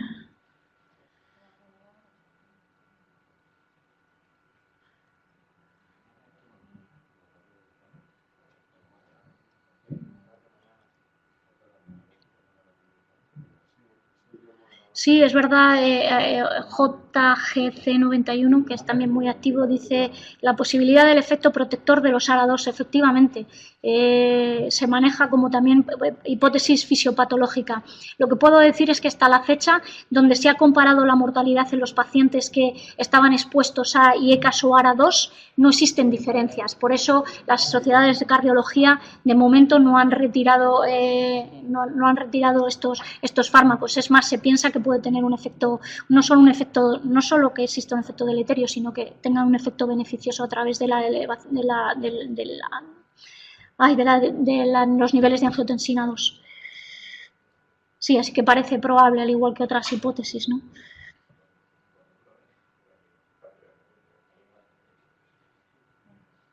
Bien, respecto a la anosmia y la posibilidad de la persistencia, no lo sé, pero lo que he escuchado sobre Corea es que la anosmia no debe de ser persistente, es temporal, al igual que ocurre en otras infecciones respiratorias, como la gripe, por ejemplo. De todas formas, los virus, como yo soy docente, ya claro, los virus cuando producen anosmia, a veces es definitiva, ¿eh? O sea que Vale. no hay. La gripe es una de las epidemias que más fácilmente lo producen. Así es. Aunque es cierto que en algunas personas, transcurrido un determinado tiempo, sin saber exactamente por qué, aparece de nuevo la Vale. peor patología. Me encanta, porque es que aquí tengo al otorrino aquí conmigo y me dice todavía con más certeza lo mismo, ¿no? Que la anosmia es una manifestación relativamente frecuente de otras infecciones virales, que es cierto que la grandísima mayoría se recuperan, pero que podría llegar a ser persistente, y que también es verdad que en algunos momentos pacientes que durante periodos prolongados de tiempo han estado anósmicos, de repente recuperan la sensibilidad.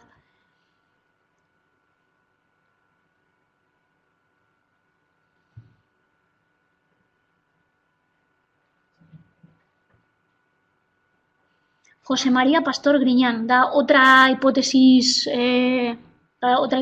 fisiopatológica, ¿no? Dice, las alteraciones, la comparto con vosotros porque es muy interesante, las alteraciones de la inmunidad celular con activación macrofágica no se ve reflejada en los citómetros de flujo, que apuntan más a un trastorno humoral y a una lesión directa viral, y el tratamiento se enfoca en ese sentido, pero pudieran estar equivocados. Comenta que hay una serie de 100 trasplantados de corazón que tampoco han desarrollado COVID graves. Vale.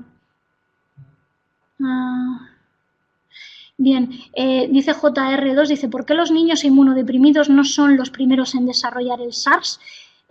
Los niños, en concreto, son porque tienen menor expresión de la proteína del AC2 en la superficie celular, que parece que la expresión es mayor con el tiempo, y es el receptor que utiliza la proteína S para el ensamblaje y la incorporación a la célula, y por eso parece que son menos sensibles a la infección viral.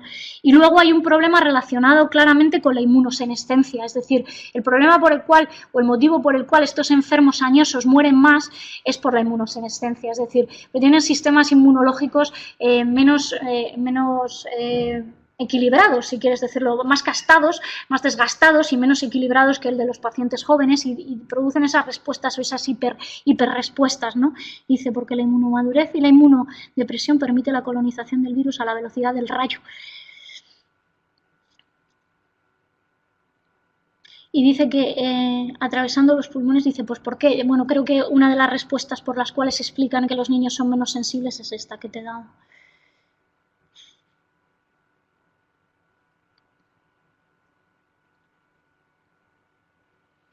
Le dije que el próximo miércoles vuelve a hacer una actualización. ¡Madre mía! ¿Eso lo sabía o te estoy dando una primicia? No, claro que no lo sé. O sea, es verdad. Es que después de comentar con Rafael Molina el éxito de la sesión, me ha comentado que te van a pedir que el miércoles haga una actualización. Bien. Porque la capacidad holística, de comunicación. Bueno, me dicen que el miércoles que viene tengo otra sesión. Me vais a tener estudiando ahí como un perro. Bueno, es lo que nos toca, quiero decir, que cada uno en nuestro ámbito. Vosotros a ver enfermos y nosotras a estudiar. A ver, veo aquí otra cosa interesante. Dice, ¿con una serología se puede saber si una persona ya se ha inmunizado contra la enfermedad? Sí, claro que se puede saber. De hecho, los protocolos del Ministerio recomiendan la realización de una serología a los 14 y a los 30 días de haberse realizado la prueba. Donde exista disponibilidad para hacerse, se podría hacer, claro que sí. La respuesta inmune antigénica aparece aproximadamente en forma de IgG a los 5 días y sería completa con IgM a los 5 días y sería completa con IgG probablemente entre el a partir del 14-15 día también. Y eso es detectable por técnicas microbiológicas, claro, sí, sí. A ver.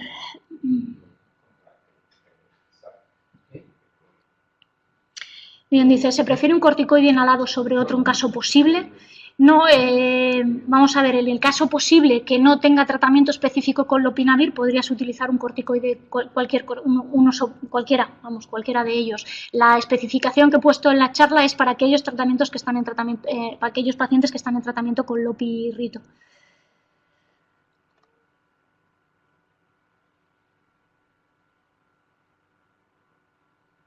Vale, dice Cristina 2, que por cómo dice la pregunta entiendo que no trabaja en un equipo de atención hospitalaria, ¿no? Bien, vamos a ver, los casos que tenían peor pronóstico y que se morían más, volviendo un poco para atrás, en el estudio en el que se habla de cuáles eran los factores que se relacionaban con peor pronóstico, salió en el análisis multivariante exclusivamente el dímero D. No salió la ferritina ni la interleuquina 6, pero tiene sus limitaciones también. No quiere decir que no exista esa relación, porque eran relativamente pocos casos, bueno, eran 190, pero determinaciones de interleuquina 6 y 191, de interleuquina 6 y ferritina no se hicieron a todos esos, ¿de acuerdo? Es decir, que probablemente los números que utilizaron sobre ferritina y interleuquina 6 eran menores, pero el punto en el cual la ferritina se dispara con respecto a la gravedad, ¿vale? Es decir, era más alta con respecto a la gravedad de los pacientes que luego fueron a la UCI y también, por claro, los que se murieron, que la tenían aún más alta, era 300, ¿vale? Ese punto de corte no está establecido o no está protocolizado. Digamos que aquellos que hayan leído estos informes y elaboren el protocolo lo pondrán conforme a esta, entiendo que lo pondrán conforme a esta información. ¿De acuerdo? Bien, en cuanto a la dosis y los pulsos, ¿de acuerdo? Tampoco existe una unanimidad. Hay gente que está utilizando, ya no digo aquí en Murcia, sino en España, hay grupos que están utilizando pulsos de 125, otros pulsos de 250, otros dosis de miligramo kilogramo día. La idea es utilizar pulsos de dosis alta para utilizar la vía no genómica de los esteroides, que sería la que menos efectos secundarios tendría, ¿de acuerdo? Y lo vas a utilizar durante un tiempo de 3 a 5 días, por lo tanto no vas a producir una inhibición del eje hipotálamo hipofisario suficientemente como para después tener que hacer un tratamiento de mantenimiento, ¿de acuerdo? Eso es lo más generalizado dentro de los múltiples protocolos que he podido ver, pero no existe un consenso universal. Te podría dar como recomendaciones estas que te estoy dando: pulsos de entre 125 y 250, es decir, dosis altas, inhibición de la vía no genómica, y esa sería quizá mi recomendación, aunque se están utilizando otras fórmulas también de administración. Moratalla, hay varias preguntas sobre la vitamina D. Vitamina D, C, A en pacientes vulnerables. Madre mía, el mundo de la vitamina D, esto también daría para un análisis y un estudio profundo y completo. Hay claros defensores de la suplementación de vitamina D en aquellos pacientes en los que la determinación sea insuficiente, o sea, sea de insuficiente, que se considera por debajo de 20, por debajo de 30 es deficiencia, por debajo de 20 es insuficiencia de vitamina D y un tratamiento sustitutivo en estos casos. Pero también existan recomendaciones, y creo que son para atención primaria, de no hacerlas de forma generalizada. ¿Dónde están las limitaciones de la vitamina D? Pues no lo sé, no lo sé. No lo sé, pero cada vez se sabe que está implicada en más procesos y en la inmunorregulación y, por tanto, pues podría tener su papel, no lo digo, no digo que no, no digo que no.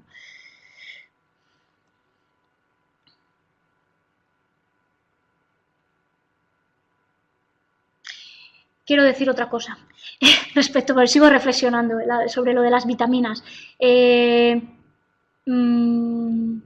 A ver, tened en cuenta que solamente a través de, bueno, la vitamina, ahora no hablo específicamente de la vitamina D, ¿de acuerdo? Hablo de otros micronutrientes, ¿de acuerdo?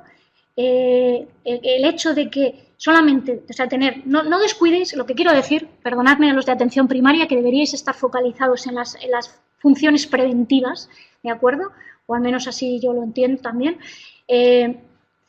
Esto a lo mejor nos sirve, esta es una reflexión puramente personal, a lo mejor esto nos sirve para darnos cuenta de que los esfuerzos deben de estar en la prevención, de tener una sociedad más sana globalmente. Fijaos cómo los que más se mueren son los pacientes de más riesgo cardiovascular. Son aquellos que tienen acúmulo de factores cardiovasculares, tienen patología cardiovascular establecida, mayoritariamente varones, ¿de acuerdo?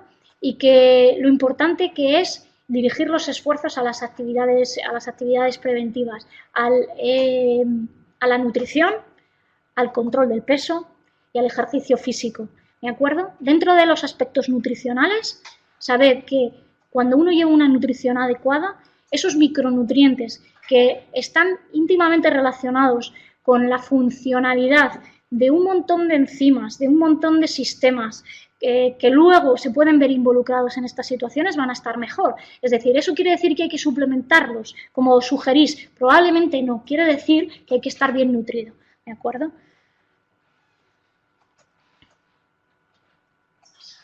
Dice aquí José Antonio, ¿se descarta la hipótesis de las primeras semanas de retirar ARA2 e IECAS, que luego se indicó que no había estudios suficientes, ahora serían beneficiosos? Pues sí, estamos ahí, ciertamente. A mí esto es un poco lo que me asusta de la cuestión, que efectivamente estábamos, que los quiten, contra la orden, no, que no los quiten, y ahora en que parece ser que efectivamente podrían tener un efecto beneficioso. Y mi inquietud en estos últimos días es, ¿y si pasa lo mismo con los esteroides? Bueno, lo veremos. Es que esto es así, no lo sabemos. 5 minutos. Sí, vamos a ir cortando, sí, no, de hecho dice, y hacer profilaxis de omega 3 con EPA ha demostrado beneficio. Mira, madre mía, otro súper gran tema. Los omega 3 tienen su espacio, efectivamente, me gusta mucho esta pregunta, porque tienen su espacio en la prevención cardiovascular, y de existir evidencia es precisamente en estos enfermos, ¿vale? Y aparte de la protección neurocognitiva, pudiera tener efectos en el rendimiento deportivo, en la recuperación, pero debéis saber que respecto a esa pregunta, los omega 3, para que se produzca la integración de los omega 3 en las membranas celulares, ¿vale? Hace falta una exposición prolongada, que se consigue a partir de los 3 meses. Bueno, esto es todo un tema, un tema apasionante también para mí, pero y concurre además otra circunstancia, y es el problema de las características de los omega 3 que hay en el mercado. Es decir, tienes que tener primero un producto de extraordinaria calidad, que no venga oxidado, que la relación entre EPA y DHA sea la adecuada, ¿de acuerdo?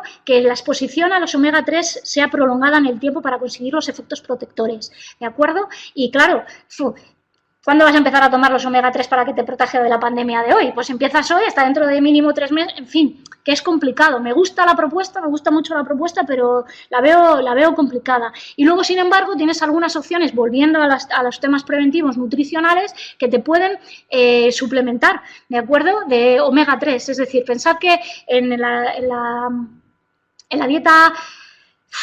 La dieta de los países occidentales, desgraciadamente el ratio omega 3 omega 6 está invertido. Hay una proporción súper alta de omega 6, ¿de acuerdo?, frente a omega 3, que serían los beneficiosos, y eso es lo primero que hay que evitar, ¿de acuerdo? Eso es lo primero que hay que evitar. ¿Cómo podemos potenciar los omega 3 de forma natural sin tener que comprar un suplemento de 60 euros?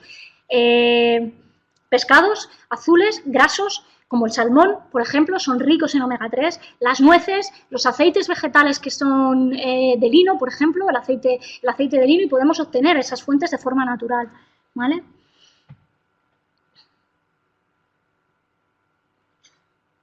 Los bandazos típicos de la medicina. Bueno, pues sí. Dice, váyase usted a comer. No, descanse usted y coma, sí, desde luego. Claro. A ver, son los convivientes que se consideran casos estrechos, insisto, esta no es mi área de expertise, ¿no? ¿Vale? Pero, que es la epidemiológica, estas preguntas. Pero, ¿cuál era la pregunta?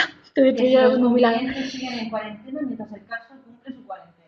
El conviviente es un caso estrecho y en tanto un caso estrecho es podría ser caso posible y podría tener que necesitar la cuarentena, específicamente si desarrolla síntomas por leves que fueran. Insisto, os remito al documento de prevención que están actualizados de ayer para estos aspectos más finos y que no controlo tan bien como los clínicos. Me pone que se agota el tiempo de conexión. Sí, bueno, nos despedimos. Vamos a Gracias. darle las Gracias Maya a todos. Y a despedirla con un aplauso. Gracias, chicos. Más dice Elba Calmarne, dice, excelente presentación, más información sobre inmunología. A lo mejor podemos incluir a alguien más técnico en estos aspectos. Bueno, pues lo tomo en consideración, no lo descarto. Traerme ayuda técnica. Gracias, chicos. Y insisto, gracias por la atención y sobre todo gracias por el esfuerzo que están haciendo muchos de nuestros compañeros, desearles ánimo y fuerza en estos momentos. Y también, aunque no lo va a ver a lo mejor nadie de Madrid, también a ellos. Muchas gracias, chicos.